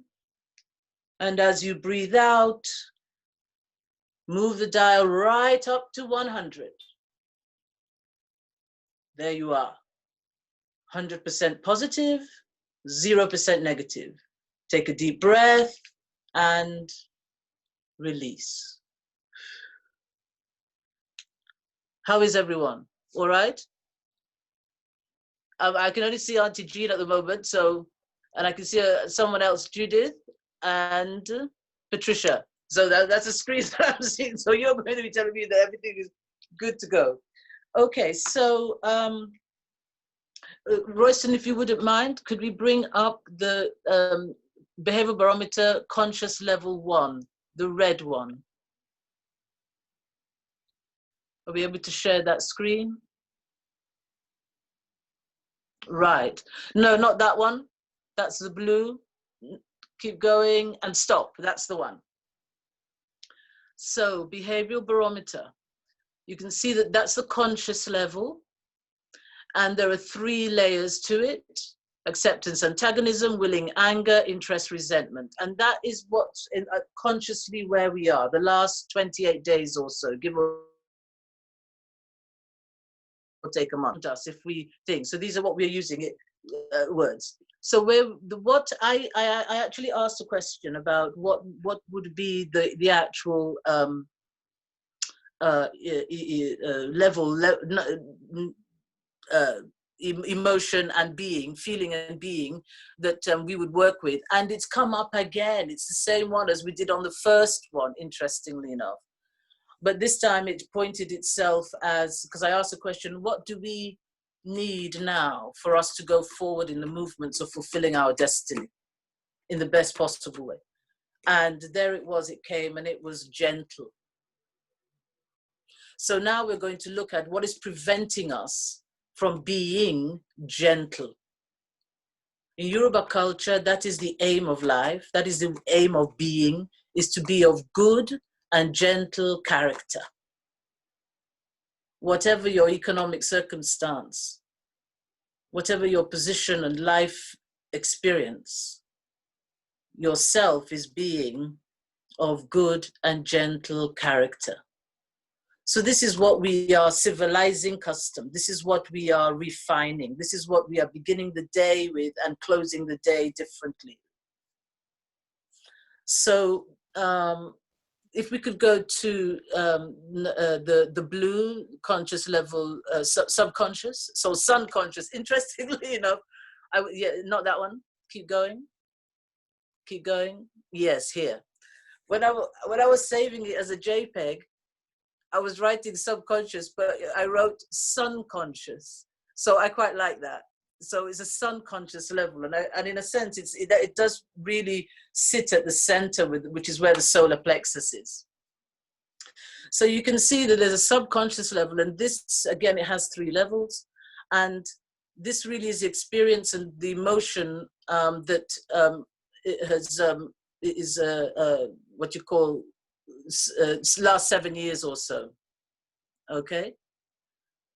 So this is 7 years, and we've seen that at the conscious level, it's coming out in a way in the last 28 days.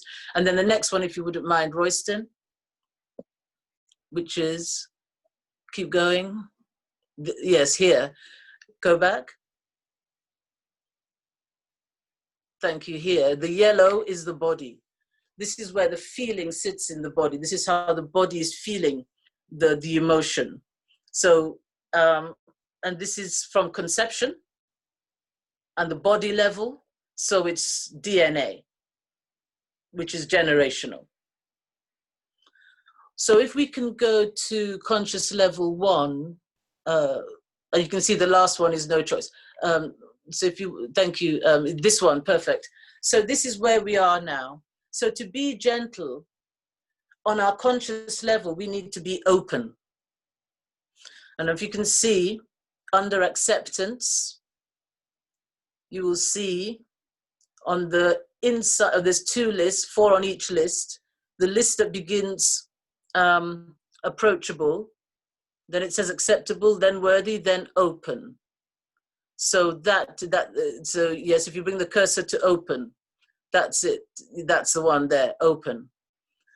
So in order to get to that gentle in our body level, our attunement, we need to be open. And what is preventing us from being open is feeling. If you go to the other side, if you come down, opposing. That's what is preventing the open from taking place. Okay, so take a deep breath, drink some water, and you're going to do some cross nasal breathing. I think the brother Marlon has shown you about breathing in through the left and breathing out through the right. And you're going to do 3 times each side, and I'm going to keep it as a pace. Is everyone okay with that? Is everyone clear? Are we good? Any comments? Good? I can only see you, Jean, so I'm accepting Jean as the way going forward. And so you're breathing in, so you can close off your right nostril. Just put your thumb over your right nostril to close it off if you want. And that's just kind of give you more access for the left. And you're breathing in on the left. So breathe in on the left. And hold. And breathe out on the right. And go back to the left. Breathe in on the left. Hold. Breathe out on the right. Breathe in on the left.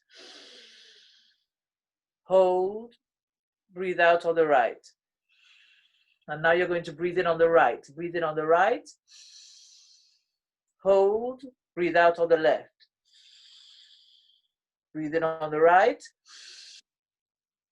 Hold. Breathe out on the left. Last one, breathe in on the right. Hold. Breathe out on the left. And now you're breathing in on the left. Breathe in on the left. Hold. Breathe out on the right. Back to the left. Breathe in on the left. Hold. Breathe out on the right. And again, breathe in on the left. Hold. Breathe out on the right. Back to the right. Breathing in on the right. Breathe in. Hold. Breathe out on the left. And breathe in on the right. Follow me. Hold. Breathe out on the left. Last one on the right. Breathe in on the right. Hold. Breathe out on the left. Last one on the left. Breathe in on the left.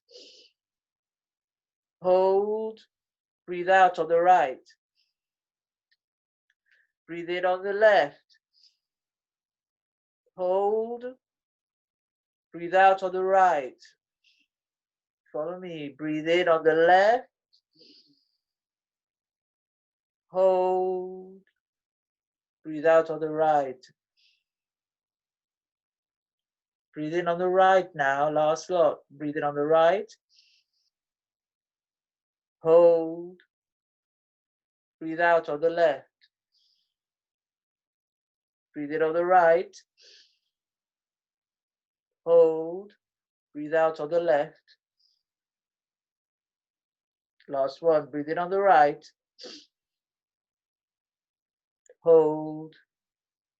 Breathe out on the left. And just breathe normally. Okay, well done. So you have the affirmation. What is the word here is opposing.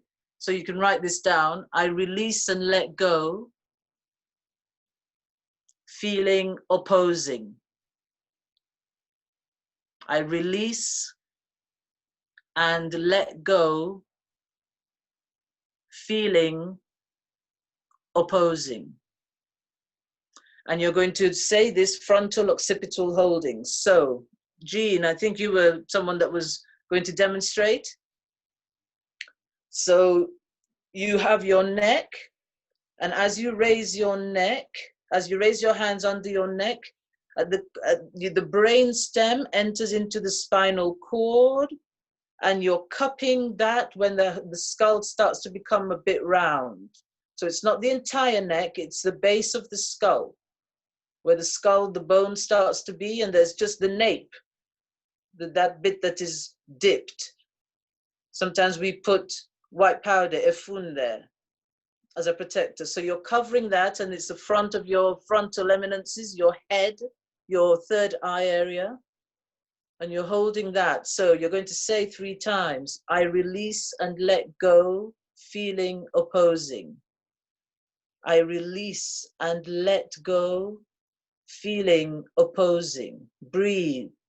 I release and let go, feeling opposing. Take a deep breath and breathe out. Relax your hands and come back. And now, I am now being open. I am now being open. I am now being open. So breathe in, frontal occipital holding. I am now being open. I am now being open. I am now being open. And breathe in. And as you breathe out, release your hands. Okay, well done. Royston, if you could put the next one up, which is the single blue one, which is subconscious level 1. That one, thank you. So where this bounces to, so on the conscious level, we know that we have to be open. We are now being open. On the subconscious level, we are removing the hostility of vindication, vindictive. We're removing vindictive in order to be trusting. So you can write that down. The enthusiasm of being trusting. We're bringing to 100%, and we're bringing the hostility of feeling vindictive down to 0. Everybody got that? And this time, have your water. And if it's probably better to have a cup, because you may need more water later, but sorry, I didn't make you aware of that, I'm afraid. So if you can have a cup, and then don't fill it to the top, have it halfway or just below halfway, and you're going to pray into that water. And you're going to pray to yourself into that water that you are now clearing and removing feeling vindictive. And you ask your high self, you ask your divine, that this is what is achieved by drinking this water. And you drink the water.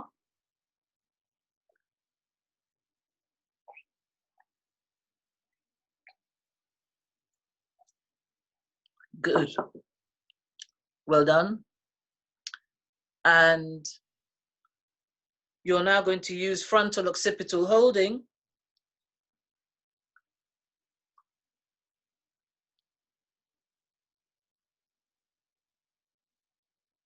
I release and let go, feeling vindictive.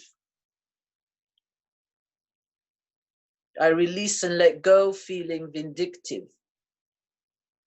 I release and let go, feeling vindictive. Breathe in You can keep your holding your hand, or in fact, relax your hands and just shake and put them back. And now you're going to say, I am now being trusting 3 times. So breathe. I am now being trusting. I am now being trusting. I am now being trusting. Okay, good, well done. And Royston, if you could bring the next one up, which is yellow, the light yellow one, attunement indifference.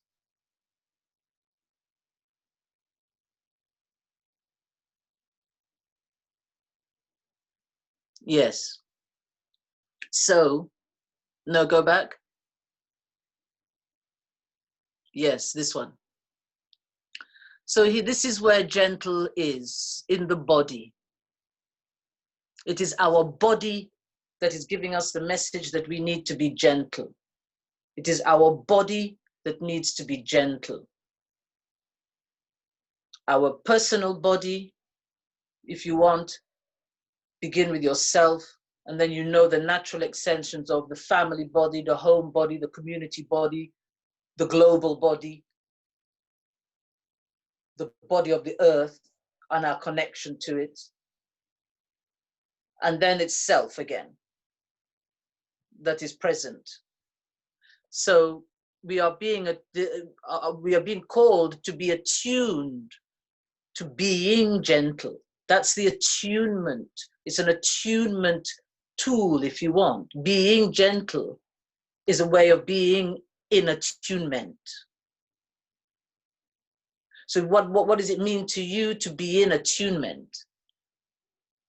Because what is preventing it is feeling destructive, the indifference of feeling destructive. You see? There's a lot out there to make us vex. You understand? There's a lot out there pressing I buttons. But you see, we are of a gentle nature that can just collapse things, bring them to rubble.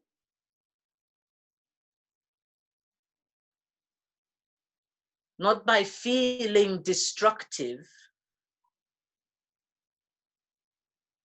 but by being gentle. So where is that in our lives?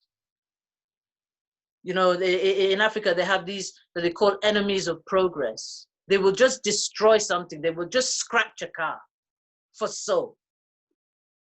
Just mash it for so. Destruction for destruction's sake.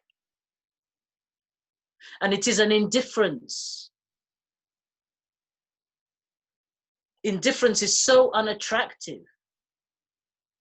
And imagine that indifference manifests itself through the body, and body language is so key.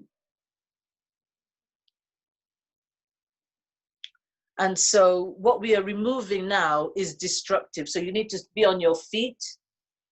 So if you can maybe come back to me, and I will show it and see on the camera. Is it possible to come to my picture? So I need a bit more distance, don't I? So let me see if I can do that and get a bit more distance. So that, okay, so you're taking your right hand and you're raising your left knee. Right hand to left knee. And you're taking your left hand to your right knee. Right hand to left knee. Left hand to right knee. Right to left knee. Right hand, left hand to right knee. And we're going to do it in count 6, and then we're going to go ipsilateral. No, this is ipsilateral. Then we're going to go homolateral. Watch. Well, do. Right to left knee. 1, 2, to the right, to the left. 3, to the right. 4, to the left. 5, to the left. 6. Now you're going to go same side. Left, left. Right, right. Left, left. Right, right. And you're going to do that 6 times. And they're going to just, you're going to meld those. So we're going to do 6 again. Right to left. Cross 1, 2, 3, 4, 5, 6. Same side. 2, 3, 4, 5, 6. Cross 1, 2, 3, 4, 5, 6. Same side. 2, 3, 4. Watch me, Jean. 5, 6. Cross 1, 2, 3, 4, 5, 6. Left, left. Left, left. 1. Right, right. 2. Left, left. 3. Right, right. 4. Left, left. 5. Right, right. 6. Cross. Right to left. 1, 2, 3, 4, 5, 6. Left, left. Right, right. Left, left. Right, right. Left, left. Right, right. Left, left. Right, right. Cross to the right. Cross. Cross. Cross. Cross. Cross. Cross. Just keep crossing now for a little while. Right to left, left to right. Raise the knee and relax, breathe. Okay. So any effort that you made towards that, good stuff. You did your best. If you didn't do anything at all, that was your best. You're doing what you have to do. It's always good. We come from a place of, what did Asa Hilliard? A place of excellence. We begin by being towards excellence. That is always where we are going. That's why we are excellent at what we do. Okay, so now we're going to do the figure 8 with our eye. These are called eye modes. So take your fingers, 2 fingers, and trace. Just come to the center of your nose. Take a deep breath. Come to the center of your nose. I'm just putting it on my computer that I can watch the time. Come to the center of your nose, and you're going up and just above the eyebrow to the left. Stroke as you come down. You're going to go under the eye. Just with 2 fingers, you're tracing the eye and you're coming up to the center. At the center now, you're going to your right, just above the eyebrow, and you're tracing the eyebrow all the way and following round the eye, underneath the bottom eyelashes, and you're coming back to the center of the nose. So you're doing the infinity symbol in your eyes. These are called eye modes, and your eyes are following. So follow your fingers. Go. So you're starting from center of the nose. Everybody ready? Take a deep breath. Trust in what you're doing, and whatever it is that you're doing is bringing you the results. You can catch up and so on, but be intending of whatever it is this is, be intending for it to do what it has to do in your best way. So the center of the nose, you go up and you're going to the left and you're tracing the eyebrow. Follow your fingers with your eyes. So you're coming to the left, follow your fingers, and so your eyes are now towards the extreme left, both your eyes, of course, and you're coming down. Follow your fingers as they trace around the eye. And you're coming up to the center of the nose and follow your fingers as they go towards the right now. Trace around your eyebrow, follow it round, be gentle.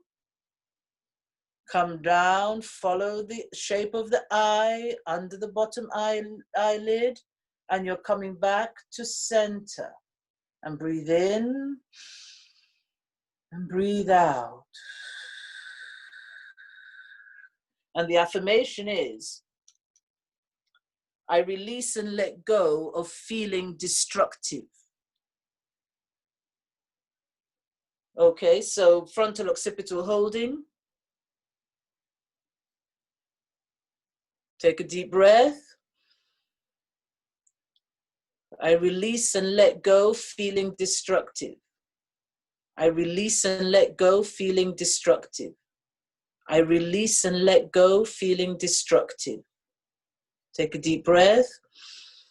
Release the hands. And come back, frontal occipital holding. I am now being gentle. I am now being gentle. I am now being gentle. And breathe in.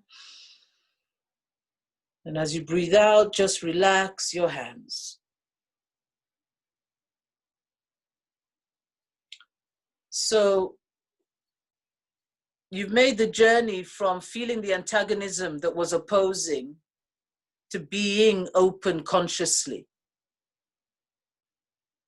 You've reached your subconscious and instructed it and removed the hostility that came out of feeling vindictive, because you are now being the enthusiasm of being trusting. And the subconscious experiences now in and of themselves have a different dynamic, whatever experience it is attached to.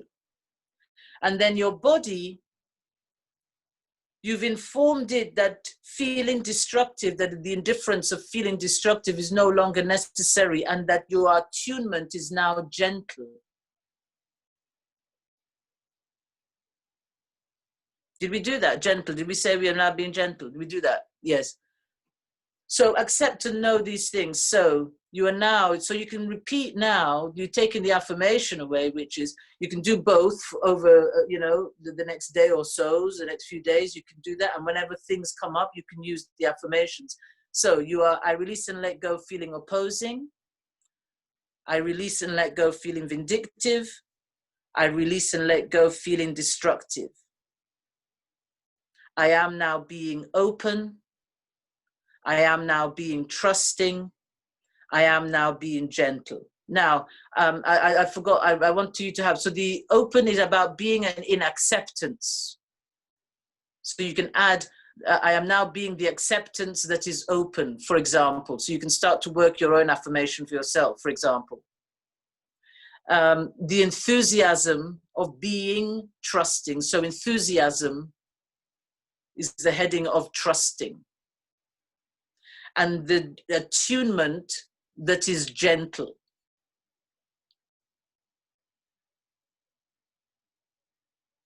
And so I release and let go feeling the antagonism that is opposing. So you're using antagonism. That's what that element of antagonism is, what you've released and removed and let go. And then the same again, the hostility of feeling vindictive. Hi, Sister Kesheni. Yes. By time, we're going to have to... Okay, so final. And the indifference of feeling destructive.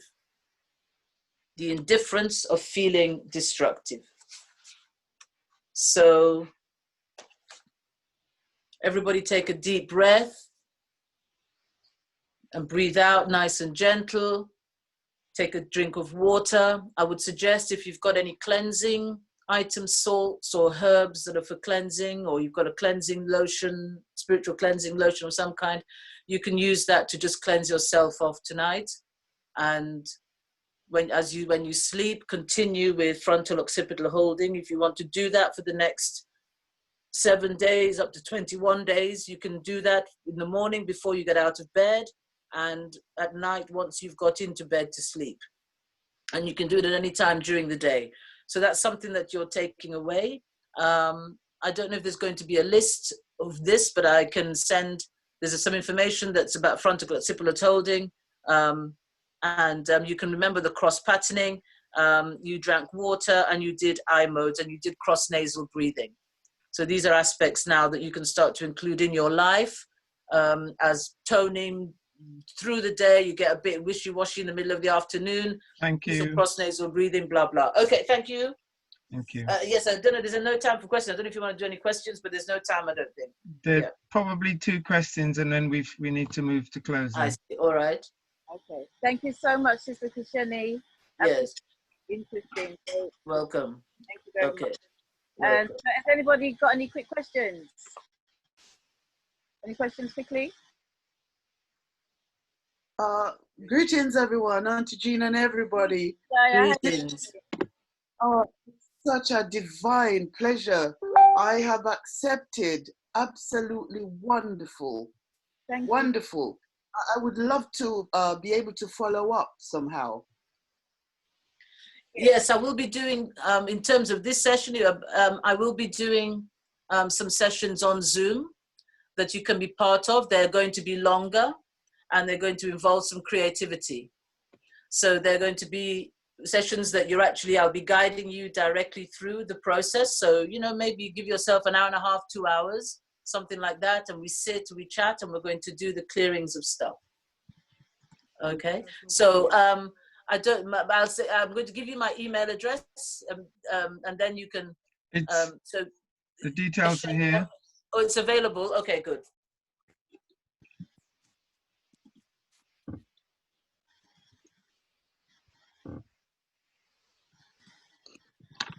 So you can take a picture of the screen. You can screen dump the screen, whatever. All the contact details for our speakers are here. Fantastic. I think Lyndon wanted to ask a question. No, you answered it. I got the links. When when she's going to be doing the exercises and stuff like that, I'll be interested to know when. You're a bit low, Lyndon. Oh, sugar. Again. Is it okay? No more questions? You need to remove the list from this, Royston, so we can see. Yeah, no, I just wanted to know when she's going to be doing her next exercise classes or whatever. Yeah, it'd be good to be part of it. Well, if you email me, I will send you some information. I'm looking to do something not next week, the week after. Okay. So I think it's around the 11th, that week. Okay. Are you on Facebook? I am on Facebook, Kesheni Art, and I'll have a page which will be about it. It's called Love Unleashed. Okay, fine. Or just put it in the comments at the bottom, the chat room. Right, okay. Yeah, just write afterwards. You can do it afterwards if you want. It's no problem. Oh, okay. I don't know how to do these things, but yes, okay. Bottom right-hand corner. In the chat, I'm going to write it, yes. Yeah, suggestions for some people, what they could do.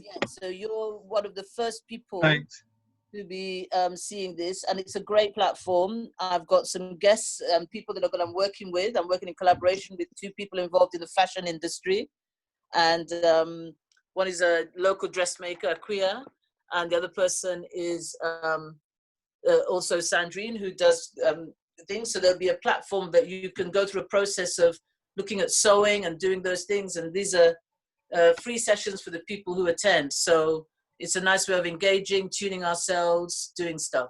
Yeah. Thank you so much, Christine. Thank you. Thank you. Any final questions? I was going to say, with the floor is open to any questions. I think, Lyndon, you had a question for Patrick earlier on. Can I say something? Yes, you may. Yes. What is your name, brother? Yashmal from the Pata Council. Okay, thank you. Yes. I had a comment to make when Patrick was speaking and the other brother, Lyndon. Yeah. There are systems we can use. For example, if some people that have a little plot of land at the back of the house, we can plant food and know what we are planting and come out and sell it to our community, because we do not plant food ourselves. We don't know what's in the food. So that's a suggestion that we can do in order for us to raise capital in our community, because you can see they're doing it in Dalston, but we need to do it for ourselves. We plant organic food and we sell it for the right price so we can know what we're eating and eat what we're growing. It sounds like a good idea. We had a brother on the presentation last week who has a what's it? Allotment. Was it in Wood Green? He does exactly what you've just said, and he's now also looking to develop around delivering what he has, you know, around the country. So we have had that. Can you put that in a link as well? The person, please. That was last week. So you know, if you, yeah. Jean, Or send it to Auntie Jean and she can post it. Send it out to me in WhatsApp, please. His name is Russ Prince, and the actual sheet that Royston has shown, his name and details are actually on there. Okay, brilliant. He's looking for people to help work the land as well, so he can actually show and teach about planting and the reaping and the processing. He delivers fruits and veg. You can see his details there. Russ Prince, fruit, seeds to fruit. All right, okay. That's his telephone number, and just said he does deliveries. Perfect. Thank you very much. You're welcome. Can I just say that he's also looking for more men. There's a lot of women who are involved in this, but he's looking for more men. So here's your opportunity. Yeah, be good. I just need to know where it is. Where is it in London? South, yes, it's southeast London, in Catford. Okay. The trouble if you're coming from north. No, I don't even live in London. Okay. Oh, God. It'll have to be a day trip. All Are you? What part of? Where are you, Lyndon? I'm in Buckinghamshire. Oh, the other side of the world. Okay. Yeah. Nothing goes on over there. It's all right. Only me. Yeah. In the wilderness. Okay. The question for Patrick was about kale. All right. Yes, kale. Yeah. Is Patrick still there? But yeah. Yeah. Are you? Everyone hear me? Yes. Yes. There's nothing wrong with kale. What I was really talking about was if it was unorganic, if it was sprayed with obviously pesticides, then there would be a problem. You see, but kale in and of itself is nothing wrong with it. Right. Okay. Personally, I love black kale. Yeah. Question with rice, black rice. How does that compare with the white rice, the brown rice? Again, if it's organic, it's fantastic. But now there's a problem with brown rice because, as I was telling you earlier on, is that they're using this pesticides and arsenic and this type of thing. Arsenic is the main problem with rice at the moment. It's really toxic, inorganic arsenic that's causing the problem with people. And so, you're gonna have to change your diet around a bit according to, what food you can get hold of. But, African red, brown rice or black rice, if they're organic, there's nothing wrong with them. But again, there is this issue about whether it is organic or not and what is considered organic. And they're always changing the definition of what is truly organic from one decade to another or 1 year to another. Thank you.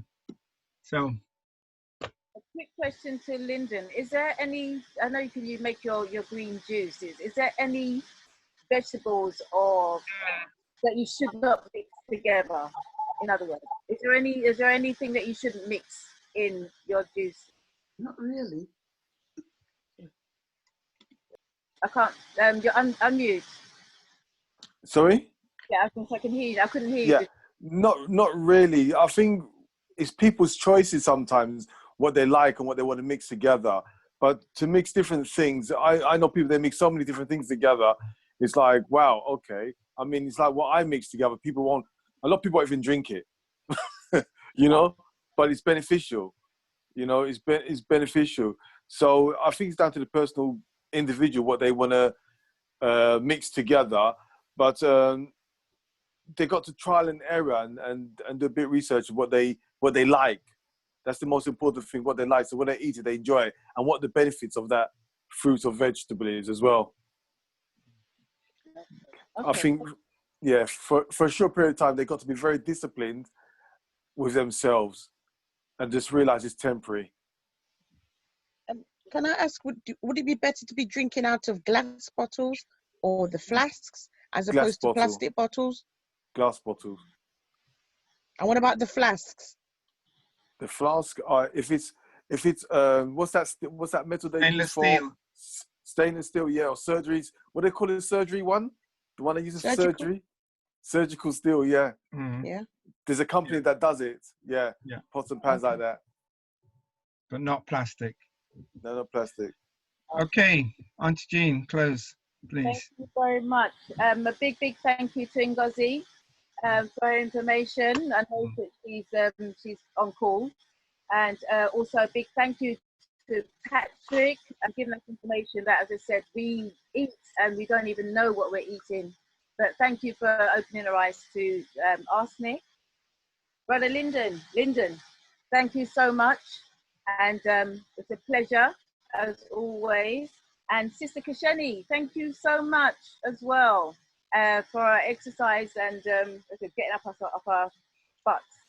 So thank you everybody for coming and tuning in and joining us. I hope that you've got something that you can take and use and make yourself even more well than what you are, and to continue to stay well. So thank you. We're back here next week. And also I've got a webinar on Sunday, so you can give me a call on 07961 886-032 if you want more information on that. We do have our brother Kensu, and we also have brother Kensu, and also have allegedly Dave on Sunday, and our brother Yogi Marlon. So thank you all for coming. It's been beautiful, very informative from all the presenters. Thank you. See you guys next week. Bye-bye. See you next week. See you next week. Share it with your friends and family. Empress Divine, we'll see you next week. Okay. Going down. Jacqueline, thank you for coming.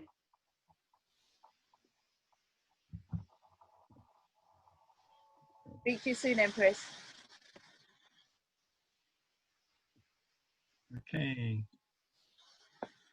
Lyndon.